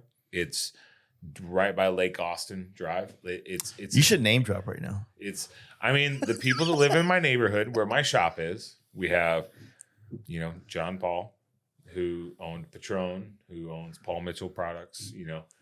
We have Joe Rogan. We have Daddy. lots of other people that own, the fun part about this neighborhood. The thing that makes this neighborhood fun is it's not in Austin. It's technically not in the city limits. So the greatest part about this neighborhood is there is no restrictions. There's no city ordinances. There is no anything. It is county property. Yeah. And there is no restrictions. I thought I heard Joe Rogan complaining about dyno pulls the other night. Probably. That's probably going to happen. On that Elon podcast, he was like, catching that rocket was amazing, but did you hear those fucking dyno pulls down the street? These Harleys. My short test ride route goes right through his cul-de-sac because I want to whip it around right in his cul-de-sac every time. The neighborhood is great because I grew up right next to this neighborhood, and it's the most eclectic neighborhood in Austin. It has everything from trailer park homes with right across the street, 30 cars in the driveway, 2-post lift in the driveway, dude working on stuff, canopies over his computers in the front yard to work on cars. And then you drive half a mile down the road and there are $10 million lakefront properties. Yeah. When And I came to the shop, I was like coming in and I was like, yeah, dude, I had to race a fucking Ferrari. They were encroaching on my territory. Like 3 days later, when I went home for lunch, the car I'm next to as I'm looking down is a Ferrari Enzo. Yeah. It's a $3 million car. You know what I mean? I'm sitting there going like, this car is worth. Yeah. That's not just it for that. That's the you have to be invited to own. Yeah, like this is not like you can buy 1 or 2. This is like 4 or 5 houses in this area. Cheap houses, not expensive houses. Cheap houses cost this. And that's what the dude drove. When I was going, Eddie Perez from IE came and did all my electrical in the new shop. Shout out to Eddie. Thank you so much. When we were driving to pick up parts, My dad went to pick up parts one time and he sent me a picture. He goes, "Hey man, this car's in the parking lot. What is this?" It's a 1955 Type J Jaguar. That's worth Holy like shit. $6 million fucking dollars. And this is what the guy drives to Home Depot. You know, Yeah. now whether it's not a That's work replica, truck. You needed bolts. whether it's a replica Work truck. or it's not, we did see it at like the Sunday Carson Coffee out there, and like he had the highest position where everybody was gonna walk past it. But like that's just there's a lot of cool really neat stuff, but area. at the same time, Yeah. they also don't complain. Like they know that the neighborhood they live in is They're more Where- hands on. They have like cool shit, so they Dude. know that like cool shit to get made Mhm. is noisy. You know what I Yeah. mean? So yeah, And it's you're opening this location when? the location's open. Our grand reopening party is November 23rd. So we're currently working on bikes that have been in the shop because it took almost 3 months. Like it took I'm so down on cash, you know what I mean? As far as like how much it took to move into this location. But we should be finishing up with the dyno plumbing hopefully in the next week. And then the grand opening party is November 23rd. Cool. It's not like, listen, I don't throw parties. If anybody has ever followed me, you know I don't throw parties. I'm not a party guy. I'm not good at asking people for stuff. All it is we're going to sit in my parking lot and turn on a speaker and drink some beer, and my dad's going to smoke some pork butt, and we're going to sit out and eat. But Sounds awesome. there's That sounds like a rager good time. I'm down. and if you really want to get bougie, there's a really nice Italian restaurant. I'm not joking, 2 doors down. It's like you bring your checkbook. It's not cheap, but Yeah. it's good. It's just like a chance for people to come check out the new shop. Yeah. Basically, Yeah, what I bring mean? people It's- together. It's taken a lot of time and effort, a lot more than even I anticipated, and I'm losing my mind because I've got things in my shop. I have a shipping container that has parts in it. And then I have 2 storage units completely full because the space is a little bit smaller. Plus, I had already filled my shipping container at my old location. So I've got all these parts spread across things. So it's going to take a little bit more to get it at 100% dialed. But like, it's a you cool, should bring some of that shit up to the Lone Star swap meet. so that's the goal. You know, I'm going to try and do that. I'm going to try and do Robert Cheeks' next swap meet at Cowboy Yeah. also. Just take like, it's, you know, he goes, he said it best. He goes, just bring some stuff that like you don't care if it sells or not. Don't bring your nice parts. Save those for you or save those for someone that knows what they're buying. But like, I have 100 cylinders. Yeah. What do I need 100 cylinders? You're also not going to take 50 of them and sell 20 of them, so you don't need to take them all. Exactly. But You just take like some. bring some and I sell have more. them super cheap to some guy that wants to weld them as some sort of art. You know what I mean? Don't look at it as, hey, I could sell this and like just get rid of it and create space. You know I'm what I really mean? excited for So- you to get your your foundation together and everything put together and all your Yeah. stuff organized and start going again. Jason's been in my place. It's a storage unit. Yeah. You hadn't been in my place. No. I moved in it. The new place. No. You were just getting it dialed in when I came by. Oh no! You were in my little place, and I had. You're not there anymore? I'm in that little place, but I put another place, I CNC. came to one of your shops. Well, you were in my 5,000 square foot space. that was the I big had. shop. I had that. I got that because of the work with Toyota and Kevin Costner's truck, but like The SpongeBob. and SpongeBob's shit. Yes, but the Daddy? yes, Fucking Yellowstone Daddy? but it's like the little space that I have right now is kind of a storage unit.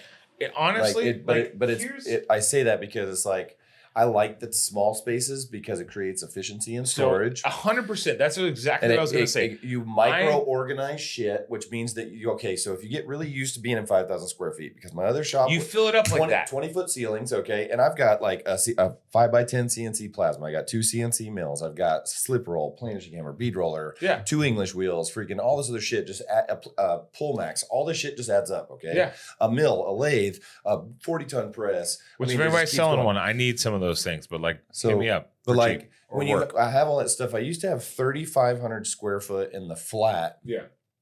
that was floor space that was not shelving. Yeah. And or under shelves because I Yeah. would put bikes underneath my pallet racks. But dude, I've got 3 stories of pallet rack Yeah. that I've got motorcycles on in my shop. I've got Yeah. like freaking FXRs and CRF 450 and all kinds of shit up Yeah. in here. But, I But mean, it's like I love the micro organization. I Like did I'm the same building a thing. mezzanine on half of my shop. dude, I did the same thing. We didn't lose a ton of square footage. We lost total square footage, maybe 200 or 300 square foot. But we kept office space similar. So it was all shop space. But the nice thing is that it forced me to reorganize and rethink how things were laid out. Instead of just like, this was next to this, it has to so be it always goes next to that. No, I go, okay, where do I need this? And why was it here next to this thing? Yep. And if I put it over here, does it make my life easier? So essentially, does it make the job easier? The same as what I was getting. Yeah. So you're auditing yourself. It forced me to reconsider and reevaluate locations and proximity of every single piece in my thing. Plus, I also lost square footage because I built a dyno. Yeah. So like I went from an open air dyno where I can store bikes right up next to the dyno. Not anymore. To I have a 12 by 15 block plus another 3 foot for the intake plenum. Sounds like you got a paint booth. It sounds like a plasma table. Like it's massive, you know? Sounds like a fucking plasma table. Yeah, exactly. But like you asked what I was doing. So I shot my first YouTube video. That's why I bought the Pocket 3. You think it's like me talking about my dually and I'm gonna work on my shit. Instead, it's like a 18-minute one shot, one take of me talking about mental health and why I've not been myself for the last 5 years. In the last year and a half, I refound the amazing fucking beauty in like the little shit that I do every day that I take for granted, which I don't ever really take for granted, but it's like I got real involved in making some shit one day and it was just like 10,000 items. Like tonight I'll go back, I got another 280 to make for Peterbilt. And I'm sitting there doing like the core work, the stuff that you don't want to do anymore. You don't want to block sand? Nah, fuck that. Yeah. Dude, I had all these like studs and things that I had to make and all this like simple work and I was doing it and just getting lost in my head again, just sitting in the shop, chilling, doing really efficient hand movement kind of stuff. And it was just fun being in the shop again. I just hadn't felt creative in a long time, dude. I've been in a bunch of toxic ass relationships with a bunch of people who I shouldn't have been in relationships with that turned out to teach me lessons that were very valuable for where I'm at right now. And I appreciate them being a part of my life for that. But my shop's 2,000 square feet. You've been in it. So I bought a second CNC mill. I got a phase converter, 60 horsepower that I need to pick up. That's ready. Building a mezzanine on the second half of the shop. All my sheet metal shaping and everything's going upstairs. 2 mills underneath the freaking mezzanine with the motors are going to poke up like this. So I'm going to do like towers where you can see them with Lexin and stuff and then build a table across it. So upstairs would be like a fab area where I can put a bike on a lift and do sheet metal work and stuff, or not on a lift, but like a block table for a roller. And then I've already kind of made the laser station and stuff work the way it is because I've got a big CO2 laser. So I got that dialed in, but I'm building in my entryway. So I've got this like 52-inch wheel, super big wheel. It's like a tractor wheel. Big lazy seat is going to be right in the entryway. Nice little rugs. I got a sauna going over here and a cold plunge over here and freaking building out my kitchen and stuff with like copper countertops. And so my YouTube is like going to be about me just making my shop cool and having, I'm just making my shop me. Yeah. And then you already know, because Jace is the first one that entered this. Jace entered the tool giveaway that I've yet to start, but it's compounding interest. It may or may not. I might get a free spot for this, but I had a friend pass away, unfortunately, last year, and I bought a bunch of his shop equipment, fabrication stuff. So like bead roller, planishing, Bailey bead roller, planishing hammer, English wheel, non-Bailey, pan box brake, shrinker stretcher, and a mallet and bag set, and a 45 amp hypertherm plasma cutter. So I'm adding an 80-gallon air compressor, an extension cord reel, a hose reel, an airline kit, and like an angle grinder and another mallet and bag set because that's my homie shit and I'm going to keep it. This sentimental. And so like I'm going to redo all the tools. They're Chinese as hell. They're bad welds, poor machine, poor knurls, like poor function. So like me dialing in my shop to start to fabricate again, the fun thing that I get to do, because I financially am in a place where I really don't have to do anything for anybody right now for months. I'm going to spend time dialing my shit in, building my shop out, and be like, oh yeah, this knob, let's go make that. And like, just because I feel like it. So I'm going to make all the tools nicer, but all I'm really doing is just dialing in all my tools and equipment to make the things, make efficient things, because I have products coming out. So I'm just dialing in all my tools as I make the other tools that I want to give away cool, and then I'm going to make them all cool, paint, powder coat, all that stuff, and then give them away. To your what you're talking about, and this is something I think people should, just my opinion, take with a grain of salt. But when you create things, period, whether it's paint, whether it's like chemicals or physical, whatever the fuck, building bikes, you have to set your shop up to be efficient. Yeah. That's what we were just talking about. Auditing so your efficiency space. is everything. That's and so what for we're doing. me, everything I do has to be able to be started and running and operational within 5 minutes. So if I want to start airbrushing, I need to be able to do it in 5 minutes. If I want to weld, 5 minutes. If I need to get a bike on a lift, 5 minutes. If it takes longer than that, you'll lose drive at some time. To both of y'all's response, 100%. My place, when you walk in, the 2 bays, I have 5 motorcycles that I won down this side. Just kidding. So I got. It's only 3. It's only 2. And then it's sitting around my other motorcycles, but with all the wheels I've won and everything else, you I drink my vodka, just water. I have a big CNC mill that's like 100 inches by 100 inches by 100 inches sitting in the main bay of my shop. Where my car lift would be where I can't get in. That's my fab area. That's where my plasma table is. I can't get to my plasma table. I have this much room between my like Home Depot side style panel saw on the wall. I have like this much room to walk past it to get to the plasma table in my little fab area that's like half the size of this room. So I can't do what you're talking about because my mom had cancer. I took care of her. I started to take care of myself. I made enough money to relax. I started to get happy. I found happiness. And now that I've found happiness again, I started to be creative again because I started to trust myself to think creatively. Yeah. Whereas before I was in survival mode. You're in fight or flight. And I was not freaking focused on the things that I found beauty in. And because I found beauty and happiness again, I was just like, yeah, let's make shit, bitch. And then I went to fucking, Born Free? And I said, I have to fabricate stuff because everybody just kind of fabricates stuff. And I have too much shit that I can't. It's not that everybody has to have the same setup. You know what I mean? No. If his brain works, that he needs everything ready in 5 minutes. No, I do, Mark. You don't understand. I know You've seen my other shop.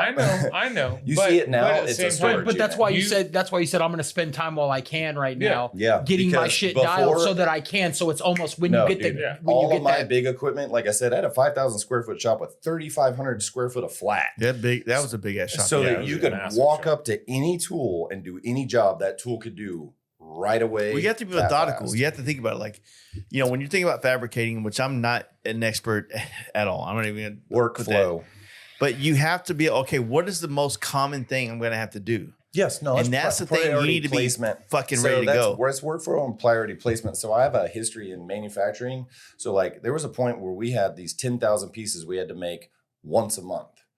It was not the biggest ticket item, but it cost us a lot of time. Yeah. We moved 180,000 pounds of equipment in the shop, presses and shears and punches and shit, so that we could just do that one job in one day. Before it was taking 3 days because we had to do it here and then move it and then move it and move it and move it and move it. And that all eats up time when you're doing 10,000 pieces. We were able to just go.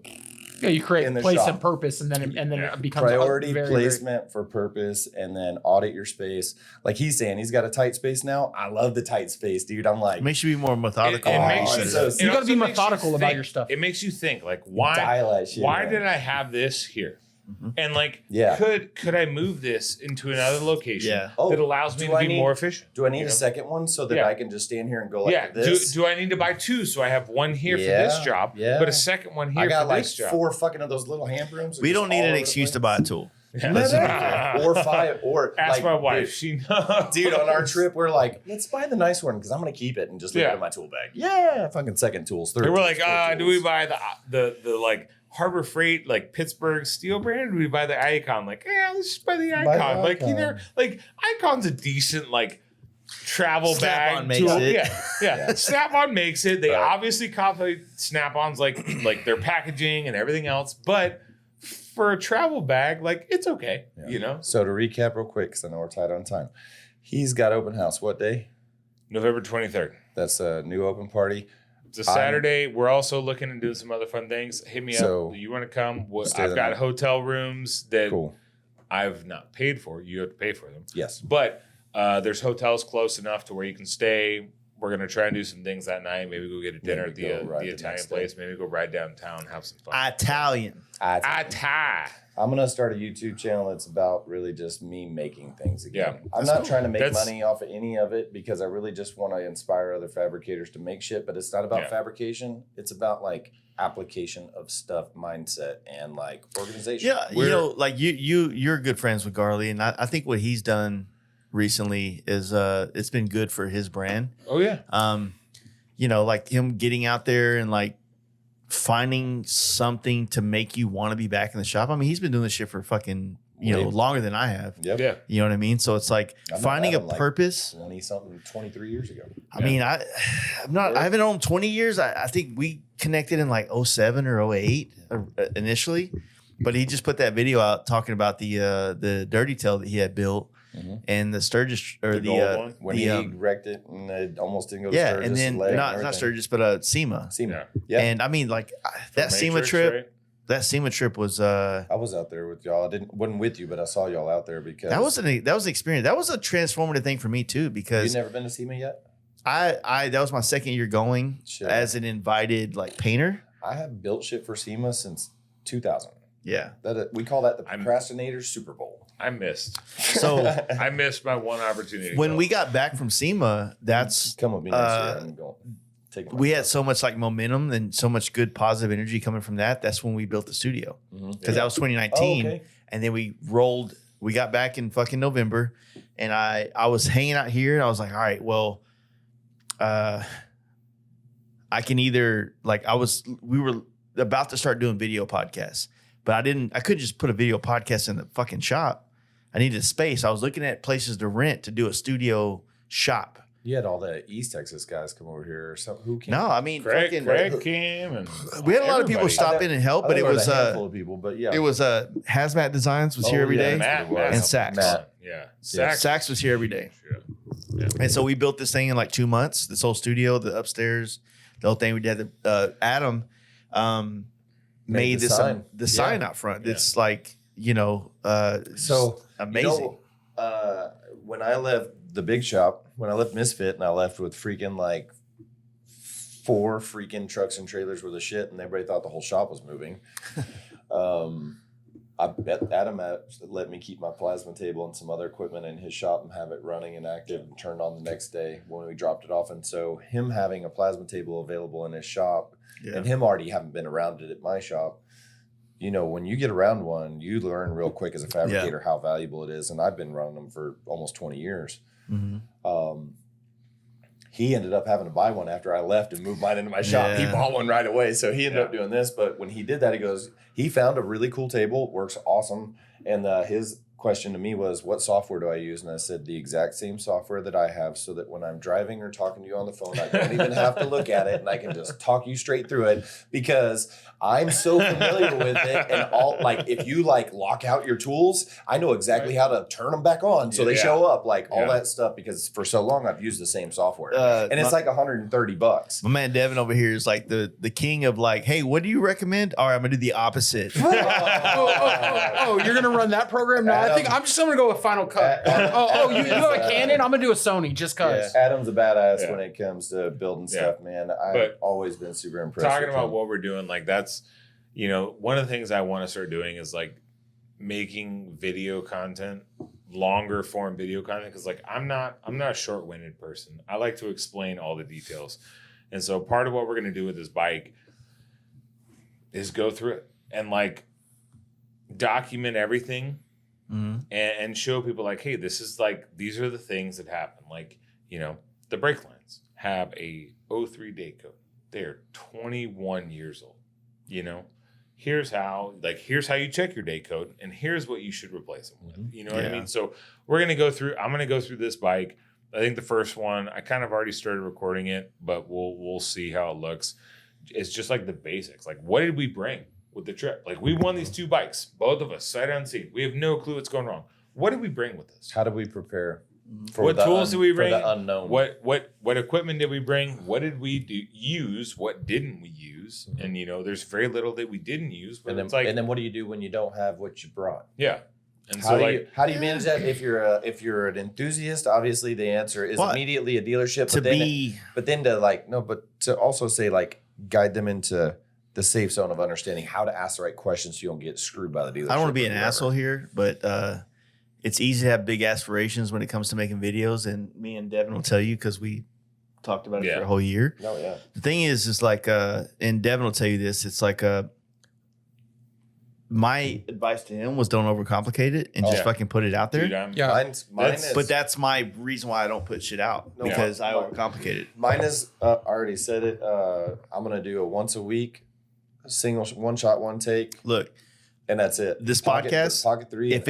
If I had to do what I have to do now to put out an episode in 2018 when we started it, there's no fucking way. No, there's no fucking way. No, because there was no value to that much work. And I'm not trying to say like, oh my God, I had to bust my knuckles and sweat my ass off. But it's like, it's a whole day. If you compile it all, it's a whole day's worth of work. My goal is my goal is not for it to turn a profit. I'm not using mine for pure content. Yeah, no, it is strictly. But here's the thing: it's like I understand, like it's not for profit, but here's the deal: it's like it's not going to be profitable for a long time. No, that's the way it works. I don't need it to be at all because that's why you got to set your fucking reward mechanisms in your head to the right place, so that when you start putting these out, if you don't, we all subconsciously have something we need to come from this. It's not completely I don't know, the omni, whatever. It's not completely put out there for like selfless reasons. Like you need to bounce some feeling or feedback back in order to keep doing it. Otherwise, you won't do it. If you put out a podcast and 7 people listen to it and 2 of them's your mom and your fucking grandma, she's like, I don't know, I can you say the F word. Honestly, that doesn't bother me. No, and me. But why do you want to keep doing it? It's when everybody hits you up and says, hey, I fucking love that video you just did. It makes you want to keep going. The best advice Jace gave me, though, and I will tell you, for you guys that are going to start doing it, man, you're not going to make a great video till you make the first video. And you'll go back and look, and like when I started doing videos last year, I'm like, oh God, that's cringy compared to what I do now. And I'm still not to our first podcast. And I'm like, oh God, like, right? Woo, that was fucking rough. Like, I can't believe that we said that. So those bags over there. Right? You know, how many dark podcasts are there actually? You know, but I mean, the truth is, my goal's not a profit thing. It's more just about like opening the door to people to like understand that there are some different things. I think that's what I'm trying to like hit the hammerhead on. It's like there is no profit in YouTube. No, I don't need it there. You have to be a fucking personality to make profit on YouTube. I'm doing it to share information with people that hopefully will do shit that's the same as me, so it kind of like carries the torch, and I'm not even trying to perfect it. I'm gonna single shot this shit. It's just long form deposit for me. My goal is just about information. I want you to have this information. Like I get it. Like cool. There is a way hotter chick with way bigger tits that'll tell you the same thing. You know what I mean? Right. Or there's a way more handsome dude that'll look at you like Cruisy. My money, what's up, brother? You know, like who's got a bankroll of producers that actually puts the video together for you. I just want the information out there. I'm doing that shit for fun so that I could just inspire other guys to just make shit. So this is what and I don't even initially happened in the spaces over the last like 2 years. And I think Cruisy was a very big proponent of the tide shifting, because when he started leaning into YouTube, it took a while, when I say a while, air quotes, it didn't take long, but it took a little bit for it to pick up, and then it fucking skyrocketed. Yeah. But the same thing with Billy Lane, when he started doing YouTube, he like tapped back into all that audience that watched him 20 years ago. Dude, name one person in their 30s and 40s that like, Billy Lane's putting out a video on YouTube. Nah, don't want to watch it. Don't care about motorcycle. This is the thing that like that biker build off. I sit in fucking groups of people and I listen to this conversation and I just like zip my mouth shut. It's like, oh yeah, you see what Billy Lane's making a lot of money making YouTube. I think we're gonna start a YouTube channel. No, I'm like, dude, no. Think about what you have to offer a world on YouTube before you decide. Like, if I just make a video, I'll be famous. That's people wanting that instant gratification. That's annoyance. That's low information, slow minded people. But the thing is that people don't realize about making YouTube videos it's a lot is of fucking work and money to make. You start making videos and then like you can quickly become a slave to an algorithm. 100%. if you don't like, everybody starts the video like this. Here's what didn't bother me. Name one time I was a slave to any trend. Look, I'm gonna say is that this fucking YouTube shit is like fucking heroin, dude. It's like, it's gonna give you a little bit of a fucking like, oh shit, I can do this, and you start fucking applying every resource you have to be better at it, and you either become good or you change everything about you that made you different, because now you're trying to fucking feed the algorithm. I 100% understand what you're saying. Because here's the difference is here's the deal. Everybody you know, everybody that Adam knows, everybody that everybody knows. I see you on YouTube and I'm like, hey man, you're being a fucking weirdo right now. Dude, like, you do know that, like, there's 100,000 people that are watching you, but I know you, motherfucker. That's weird. Yeah. Don't be weird. That ain't you. That's not really you. Here's the difference is like, I don't need that revenue source. Like, I'll be fine. You know what I mean? Like, the truth is, we're probably all going to have that revenue source to keep this shit alive. Mine's more like talking. Mine's more like long form deposit, talking ahead. All right, so I feel like pass information. That's my biggest long thing. form talking head. I feel for you, it's more like therapeutic. You're just sharing your world with people. I'm literally just gonna say, hey, this is what I'm doing. I don't want this information that was given to me by old heads to die. Like, that's what I don't want. Not, you know what I'm not gonna do? I'm not looking to like work to put that on YouTube and make me something, because I make what I need doing other things. I just want somebody who sees it to be enlightened enough about it to just pique their fucking interest. You want to see somebody get inspired I don't by need them to come to me online about it. No. I want someone to come to me about it, because I have guys come to me about that shit. I got 2 or 3 guys right now that want to learn some shit, and I'm like, the other thing is like, earn that shit. Not. This is a hypothetical. I'm throwing a Hail Mary here with an idea that just popped up in my head, because when Danger Dan connected me with the Mike and Grant from Born Free, it changed my perspective of putting on events. Yeah. Forever, I was thinking about, I want every event that I put on to be a fast life thing. And then all of a sudden I got invited to help make another event that's already going to exist better. Mm-hmm. And I got the same amount of accolades and fucking praise, no money, but I never made money on the camp out either. So it was like, well, instead of everybody having individual things, like, how can we make a collective all better? Yeah. Not saying that you don't need to have a YouTube channel, you don't have like the same, but the thing is, like, Devin, he's been pushing his channel all year, but it's like, why not be able to help Devin with his channel? Like, hey, you want to do a thing on, like, you want to do a paint fucking episode on your channel? Yeah. Like, let me help you fucking help this. Instead of you having to do everything yourself, it's just sharing that wealth. The rising tide all ships situation. It's like, I'm not looking for 100% of everything every single time. It's like, hey, you know what? Like, I get it. Like, maybe this isn't the best thing or the most enticing thing, but if I do this, it will maybe mine won't raise by as much, but his will raise by a ton. But the thing is that, like, what you could help someone like me in a build or vice versa. Like, if you're building an FXR tour bike next year and you're filming the whole thing, you're like, all right, now we got to take it to paint. We're going to Jace. We're doing the deal. Now I can provide content for you to tell your story. The same way when I came to your fucking shop and we did the thing together.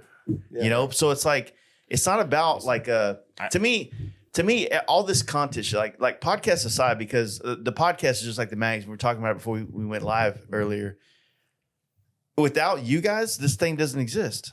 Like, it's just me talking about my own fucking life on here, right? So I've heard enough of those drunk late night podcasts. Exactly. You're gonna get it in a minute.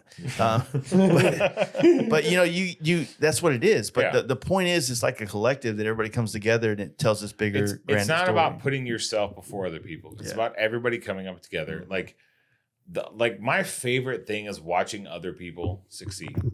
That maybe even I didn't have any part of it. But like Justin and Hang'em High and I, like, we have technically competing businesses within a couple 100 miles of each other. But I love watching that dude succeed. Yeah. 1,000%. It makes me so happy because I know the type of person he is. I know how much he cares. I know how much effort he puts forth into everything he does. And watching him, it's the whole like sink or swim or fight or flight mentality, or like scarcity mentality is gone. Like I love watching him do things that maybe even I don't have the opportunity to do. Like he's done things that I have not had the opportunity to do yet. Yeah. And I love watching somebody else succeed. Like that's my homie. Like I can call that dude right now and I guarantee you that he will pick up and go, what do you need, man? Like excited to talk to me. Well, like I got a truck, I got a trailer. Yeah. Like that's 9 a.m. Yeah, that is Paso Robles. Way better of a feeling than I made it to the top. I'm up here by myself. Yeah. Screw all you nerds down all there. You peasants. You can't be up here with me. I'm royalty. You know what I mean? For me, here's another thing. Don't mean to cut you off, but here's the thing. Here's the thing about like I've realized this in talking to the old heads. Their legacy is only carried on by the next generation. Yeah. So if they don't find a way to connect with the generation below them, their legacy has died. Gone. Mm-hmm. You know what I mean? Are you calling me old motherfucker? Yeah. Not you. I'm talking about like, but like old that's the OG. only reason why I want to do what I'm doing is because like I really come from a big foundation of traditional rod and custom. So like I got the pleasure to meet people like George Barris and speak with them and hang out with them. And I know Gene Winfield is still alive. Thankfully, that lady that was with him this year didn't kill him. Yeah. And allegedly. And allegedly. I'm gonna throw that in there. Legally. For legal reasons. Yep. And then, but I mean, it's like I got to, and like Blackie Gehan and all these other people, it's like I got to learn some little things from them that kind of like give me direction, but not actual tactical work, because, you know, that's old thought, some of it. But it's really cool to like learn from them. And then I learned on real old equipment. Like I've worked in an old fab shop I probably should have died in, you know, around equipment that could kill me nonstop. So it was cool to learn all that stuff. And it's like a mill and a lathe, I didn't even know how to use them. They were ones that we had that didn't work. What's a DRO? I got no clue. but no, we had this old equipment that didn't work. So it's like I took it apart to learn how it worked, to learn how to use it. I learned, and then all these things as I get guidance along the way. I value all that. And I learned fabrication and the making of things that have made my life so fucking cool that I want to just share a little bit of that so that other people have an opportunity to see inside it. This is what I'm scared of. And give me a minute to fucking express this thought, because it came up when you talked about Gene Winfield, and I'm regurgitating some podcasts with some OGs that I know that I've done. The difference is, like, we've been a part of the custom culture world for fucking 20 plus years, right? So when we grew up, there was no expectation that Gene Winfield was ever going to put me on, or that John Kosmosky was ever going to put me on. No. I just wanted to be able to be in his presence long enough to fucking like gain some knowledge, gain some experience, and apply it to my life, right? Mm-hmm. Our generation has been like almost required to share the knowledge through social media, YouTube, Instagram, whatever the case may be, or anybody DMing us with any kind of question or knowledge, right? We know how you feel about that. No effort. Right. Yeah. And what's hard is that like, even now, like when I get a chance to sit amongst one of these men, I shut the fuck up and I listen. Yeah. I'm not asking for, hey, so, you know, how do you do? No, tell me all of it and I'll take out of all this what I need. Yeah. Right. Well, and that's exactly it. Like with Gene, like what I was saying, like their work might not be what I expect out of myself, but there's something there's there a philosophy in it. Yep, there was something there that started the process, that created the thought, that led me to the thing that created my attention. Yeah. And at that point, I decided to take from it what meant the most for me and apply it to my life and my abilities. Yeah. And so now, like, you know, where we're at in this world, and that's what I want for other people with what I want to do. I'm not saying it's the worst thing in the world, but it's like it's really difficult when you have like this expectation amongst like your I don't know, the people in the world that you're working within, like this industry, right? You know, custom painters, like there's a lot of younger dudes in custom paint, chicks too, that are killing it based on what's available on YouTube. And then when they come around to our brand, they expect us to fucking just flesh out the ideas and the thing. And it's not that I'm trying to hold it back. It's just like there's no value to me to do a YouTube video to how to paint a helmet. No. And for me, none of that has to do with any of that. I'm just gonna put my shit together and fucking do my own thing, and I'm just gonna be like, this is. Well, I had a guy. Me doing. They're like, "What are you doing right now, Moose?" I'm just gonna hang out, do whatever the fuck I want. So I had a guy recently, and I need to Y'all actually gonna respond watch. to this message. But there's a dude in Dallas, and I don't know his name. I'm not going to call him out, but it seems like his profile. He's running a Dyna. He lives in Dallas. He's a painter. He wants to learn how to do custom paint. Never come to bike night, but asked me if I would do a class. I'm like, bro, like, why don't you offer to fucking apprentice? Mhm. You know, why don't you just offer to? That's our era, though. That's a real deal. Like, Why not? Why not say, hey, look, now that wants to come to my shop just to hang out and clean the shop. That's how I met my best friend. Yeah. He swept the fucking. He came to flat fender his Jeep 23 years ago, and I was just like, I ain't got time, bro. I got to bag this truck, and it's got to be out by the end of the week to pay my mortgage. Yeah. And he just swept the shop for weeks, and eventually it was like, hey, help me run this airline. Hey, help me run this wire. They don't want to put that effort help in. me do this. Yeah. And he is now Neil Reimer at Neil Reimer Designs, whatever it is. Neil is like my mirror, but his own way. And it's fucking awesome to see people rise up like that. And that's what I expect out of people, honestly. Just like you're thinking, that's what I expect out of people that I'm going to create value for. I'm going to just do me, and people are going to just watch. So if someone says, hey, you know, for you, it's like, hey, Moose, teach me how to weld. It's like, where do we start? Like, where are you at? Where we go? What do you want to know how to do? That's like what kind of welding you want to have? But it's because we live in an instant gratification era where now the internet. That's like someone going, hey man, teach me how to eat my old lady's vagina. How do I what? No. Well, it's like this, you know, and I'm not trying to talk shit. I'm just like putting this out there. The dude listens to the podcast. I don't think he does, but like, if you want to learn how to paint, I have a shop and I paint every fucking week. Like, come learn. Come hang out. Come fucking sweet. Come sand. You might not be able to walk in the shop the first time. Come to T-Bar Tuesday. Yeah. Come meet me. Yeah, come make an introduction. Hey man, I'd really love to come help you like during the week. Like sweet. Bro, I don't care. Whatever. I'm 42 years old, and when I want to learn something, I'm willing to go out of my way and inconvenience myself to go and learn the knowledge I want to have. Like, yes, honestly, if there was a guy down the street that was teaching like certain things in like photography or Photoshop, I'd probably take it just for the knowledge. But I mean, what we do in this world is like, it's niche. It's like, I can't put a fucking ad on fucking Facebook Marketplace. Go, look, I'm teaching people to lay out flames this week. Be there or fuck off. Well, you know here's what I mean? the thing is that here's my master class. Because what we do is so micro compared to everything else that's going on in the world, I expect the people that are going to walk into it, that are going to add value to it, are going to put forth the effort to learn what it is they want to learn. And so I expect, like, I'm going to just kind of show the thing, and they're going to show the fuck up and do it with me in order to be a part of it. All right, I got some shit talking right now. Devin, this is a real. We got to make a reel out of this. Okay. I already forgot what I was going to say. I was so getting like dead I'm on the that. one that went downstairs for a safety meeting. There are a lot of like up and coming painters that are really good, and they've used YouTube and they've used like social media to get better, but none of them have their own style. None of them. They're all a copy of Schultz, maybe a copy of me. Schultz's style is more popular than mine.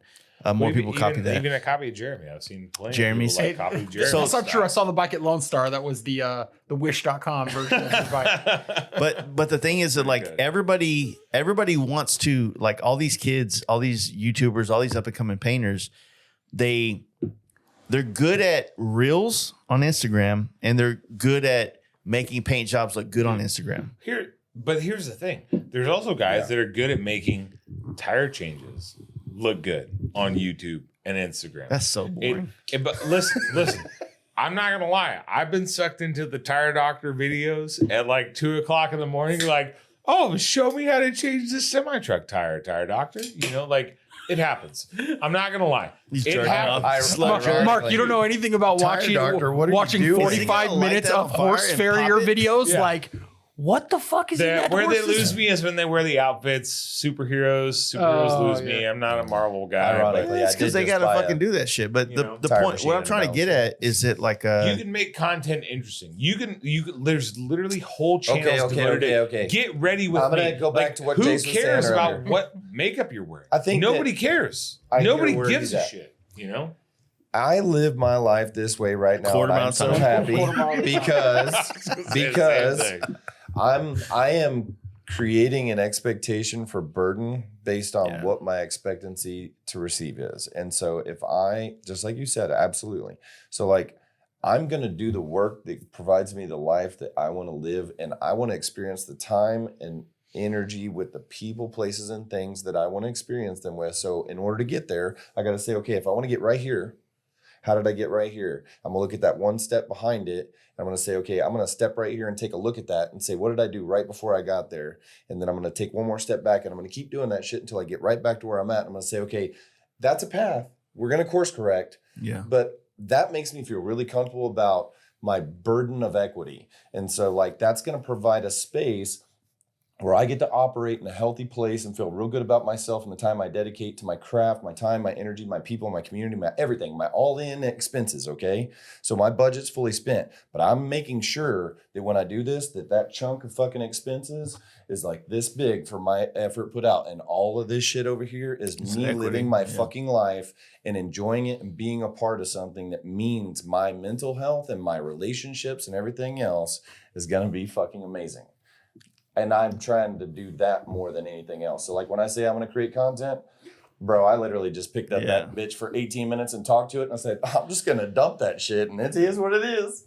I'm not trying to create curated shit. I want somebody to see it and go, I really want to learn that. And like, sit there and deal with it. But I have somebody that wants to. Do you honestly care what some random person online thinks? No. Exactly. That's the point. Like, I don't care. Dude, I don't care what. Especially if they're in love. I'm going to make a video.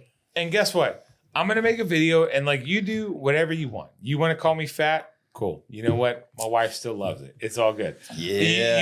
You want to call me slow? Cool. I don't care. You know what I mean? My SAT scores are higher than yours. I don't care. I don't care what you think about me. You finished high school? I literally, not only did I finish high school, I had an academic scholarship. Listen, I know you're an intelligent man. I'm just gonna throw that out there. But like I don't care. Hey Mark, what's 2 + 3 carry like with the numbers and the letters intertwined with I mean 2 + 3 Do is algebra. 5. All I know, Mark, is your content just bring back big guys on like, FXRs. the people whose opinion matters to me is my wife and my family. Yeah. If you're not those two people, I don't care. You have not proven yourself to me. Mostly generally speaking. Very. I mean, it's generally speaking. There's like a few people that like if they said, "Hey, man, you're being a dick." Like, okay, cool. Like, I get it. But for the most part, my friends just started calling me Jose, and I was like, all right. Yeah, no, dude. I got to stop being that guy. Yeah, he slips like, right into it. I don't generally care what most people think. You want to call me a piece of shit? Cool. Yeah, I don't care. Doesn't hurt my feelings. You want to call me an unknowledgeable fuck? All right, cool. So let me guess. You want to call me ungrateful and shame on me? Young? I don't care. Go for it. You know, I got picked on when I was a did kid. too, I also listen for being smart. When I was in elementary school, I also beat the fuck out of Andrew Rove's kid, who was the #1 advisor to George W. Bush when he was the governor, who became his #1 advisor as the presidency. I literally that's domestic terrorism. Dude, I was gonna say, is that your claim to fame? Is that you beat up somebody that was in the White House?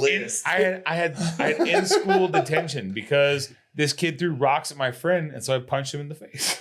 So your claim to fame is you beat up somebody that was in the White House? Yeah. His claim to fame is son. domestic terrorism. His son. As a child. Definitely. This podcast is getting shut down immediately. But then I also I made friends with this dude I grew up with. Like he and I had problems. We threw punches. We ended up getting into a huge fight in middle school. Then he became one of my best friends. Because I'm like, hey, I know you're down to like throw fists. Like we're good. You know, the craziest stories of mine is like, when I first started fucking around in AZ, I kind of met you before I really got to know people there. Yeah. And you were a part of all the stories. of all the people I knew. So There- I'm telling Big Chris, I'm like, yeah, this time you like came out of the house and you're fucking waving a gun at Mark. It's like your stories about Arizona. And this is the thing about like the podcast we did that got shut down when we first started. I mean, it's probably a good thing. We'll be honest. There's a lot of incriminating evidence in those stories, but yeah, no, like, I mean, I had a very fun life in Arizona. It was pre-marriage. It was pre-kids. It was the best thing is like knowing him, knowing him and knowing like, his family, his dad's a fucking very like well done for himself, like engineer with computers or some shit like that. And all this stuff. And his brother is the opposite of him, like plays golf, bad motherfucker in that world. And then I go to fucking Phoenix and hang out with Mark. And then, I see his degenerate friends he grew up with in Phoenix. And then we come back, a year later, we start doing this podcast stuff. And he tells a story about, drug Mark wilding out in Phoenix with all the biker culture, picking up his preppy brother who plays golf. Good times. Yeah, with no shirt on, like, hi. We picked him up and it was like, so this is the first time the first and only time my little brother came to visit me in Phoenix. Yeah. I think this was I got charged with a felony, uh-huh. But he flew in. And so we're riding around. It's like me, Cruzy, and a couple buddies from like the hood of Detroit. The hot dog dudes, right? No, this was the dudes who went to they had the restaurant. No. Not them. Not okay, them. Not them. All right. And so like we're riding around. They're like, "Hey, how are we gonna pick out your brother?" And I'm like, picture the exact opposite of me. That's my brother. And we're driving through the Sky Harbor Loop, and Cruzy goes, "Hey man, look at that faggot." I go, "That's my brother. That's my little brother." He's got like Kabu sandals on, like short shorts and like golf polo tucked in and like a visor on and everything. And like, jumps in the truck. We offer him something and, he accepts and we end up having a great time. It was a fun weekend, but it was a very like eye-opening weekend of like, if his brother was coming in a car to their neighborhood, he would have got pulled over. Yeah, 100%. What are you doing over here? Yeah, why are you driving this nice of a car in this neighborhood? Yeah. You've got drugs free. But I mean, it's like you have registration and inspection.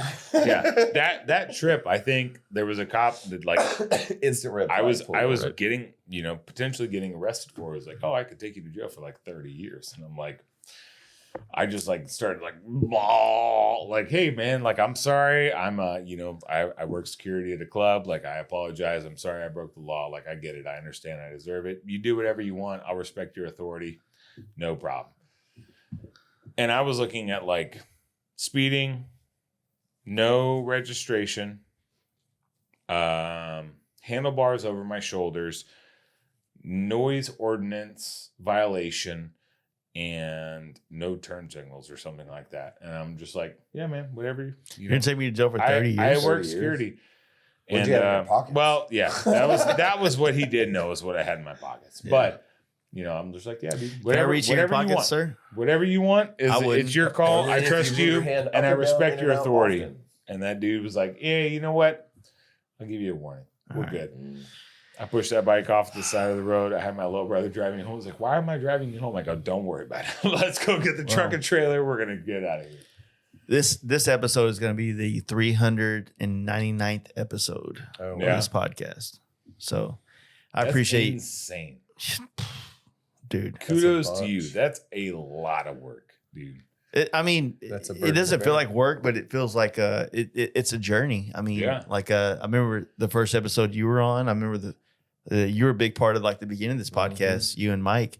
And, there's just iterations of this podcast over the last 7 years and how it's kind of grown and evolved. And, it's like, in a sense, like both of you guys were on more early. And then like I go on these paths and then you always come back. You know what I'm saying? Does that make sense? I love watching you like get guys like the Ness family. Like I'm sitting there going, there's no reason I should be on the same podcast that the Ness family's on. I should be able to do it. There's zero reason. But like, dude, love watching. The last podcast I put out was Irish Rich, right? Mm-hmm. And I did this podcast with him, and I knew it was a good podcast when I recorded the episode with him in Sturgis. And I knew he's a sinner. He's a dude from that whole world. He's very well respected, I put it out, and then yesterday morning, I put it out. I had to go to fucking San Antonio yesterday, pick up helmets, do some other shit. Came to bike night. I never even looked at it. In one day, I don't really ever have a podcast go from like 0 to 3,000 downloads in one day. That's a lot in one day. It's a lot. Yeah. And it's well deserved because the dude's a fucking OG in this shit. But, you know, in a sense, it's like the same way that, like, you know, I want to use this podcast to help carry on the legacies of every dude that like dudes where they're at. You know, you've been on multiple times, and it's like people can go and listen to the first Moos. They can listen to third, second, fifth, eighth, whatever the case may be, and find this dude, the path and how he figured it out. Because like we're all every year in our life, we're always at like we're the best version of ourselves when we do these podcasts, That we right? can be. Yeah. I hope so. It's not like we figured out everything we could figure out in our knowledge of what's existing. Yeah. And then tomorrow is a new fucking day, right? Yeah.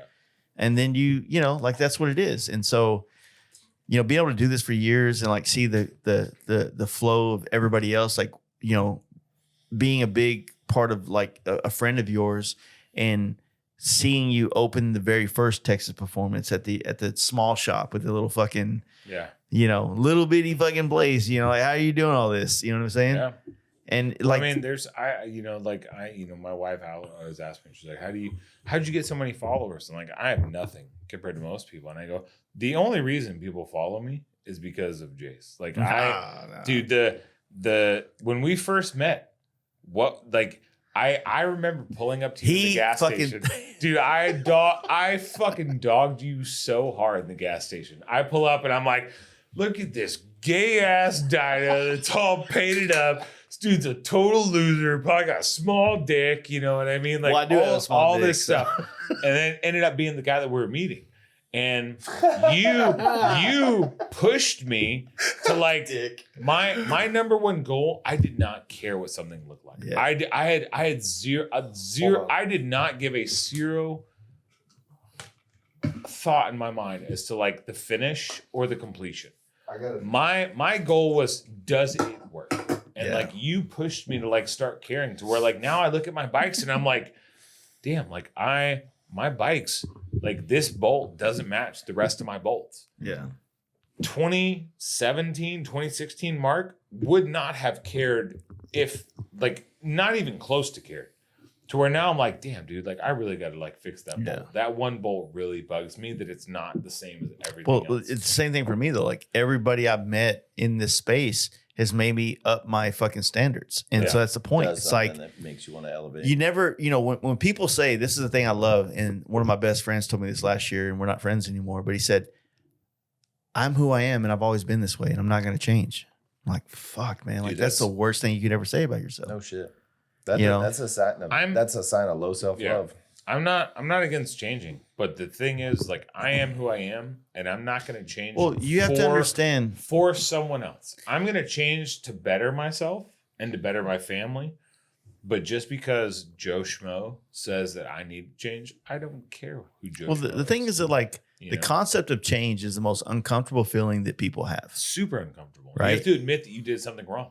Well, I mean that, or you have to admit that, like, or you have to be content with the fact that like what's happening is not changing the best way. The way that you live your life. You did something subpar or wrong. Am I fucked up to say that change is my favorite thing?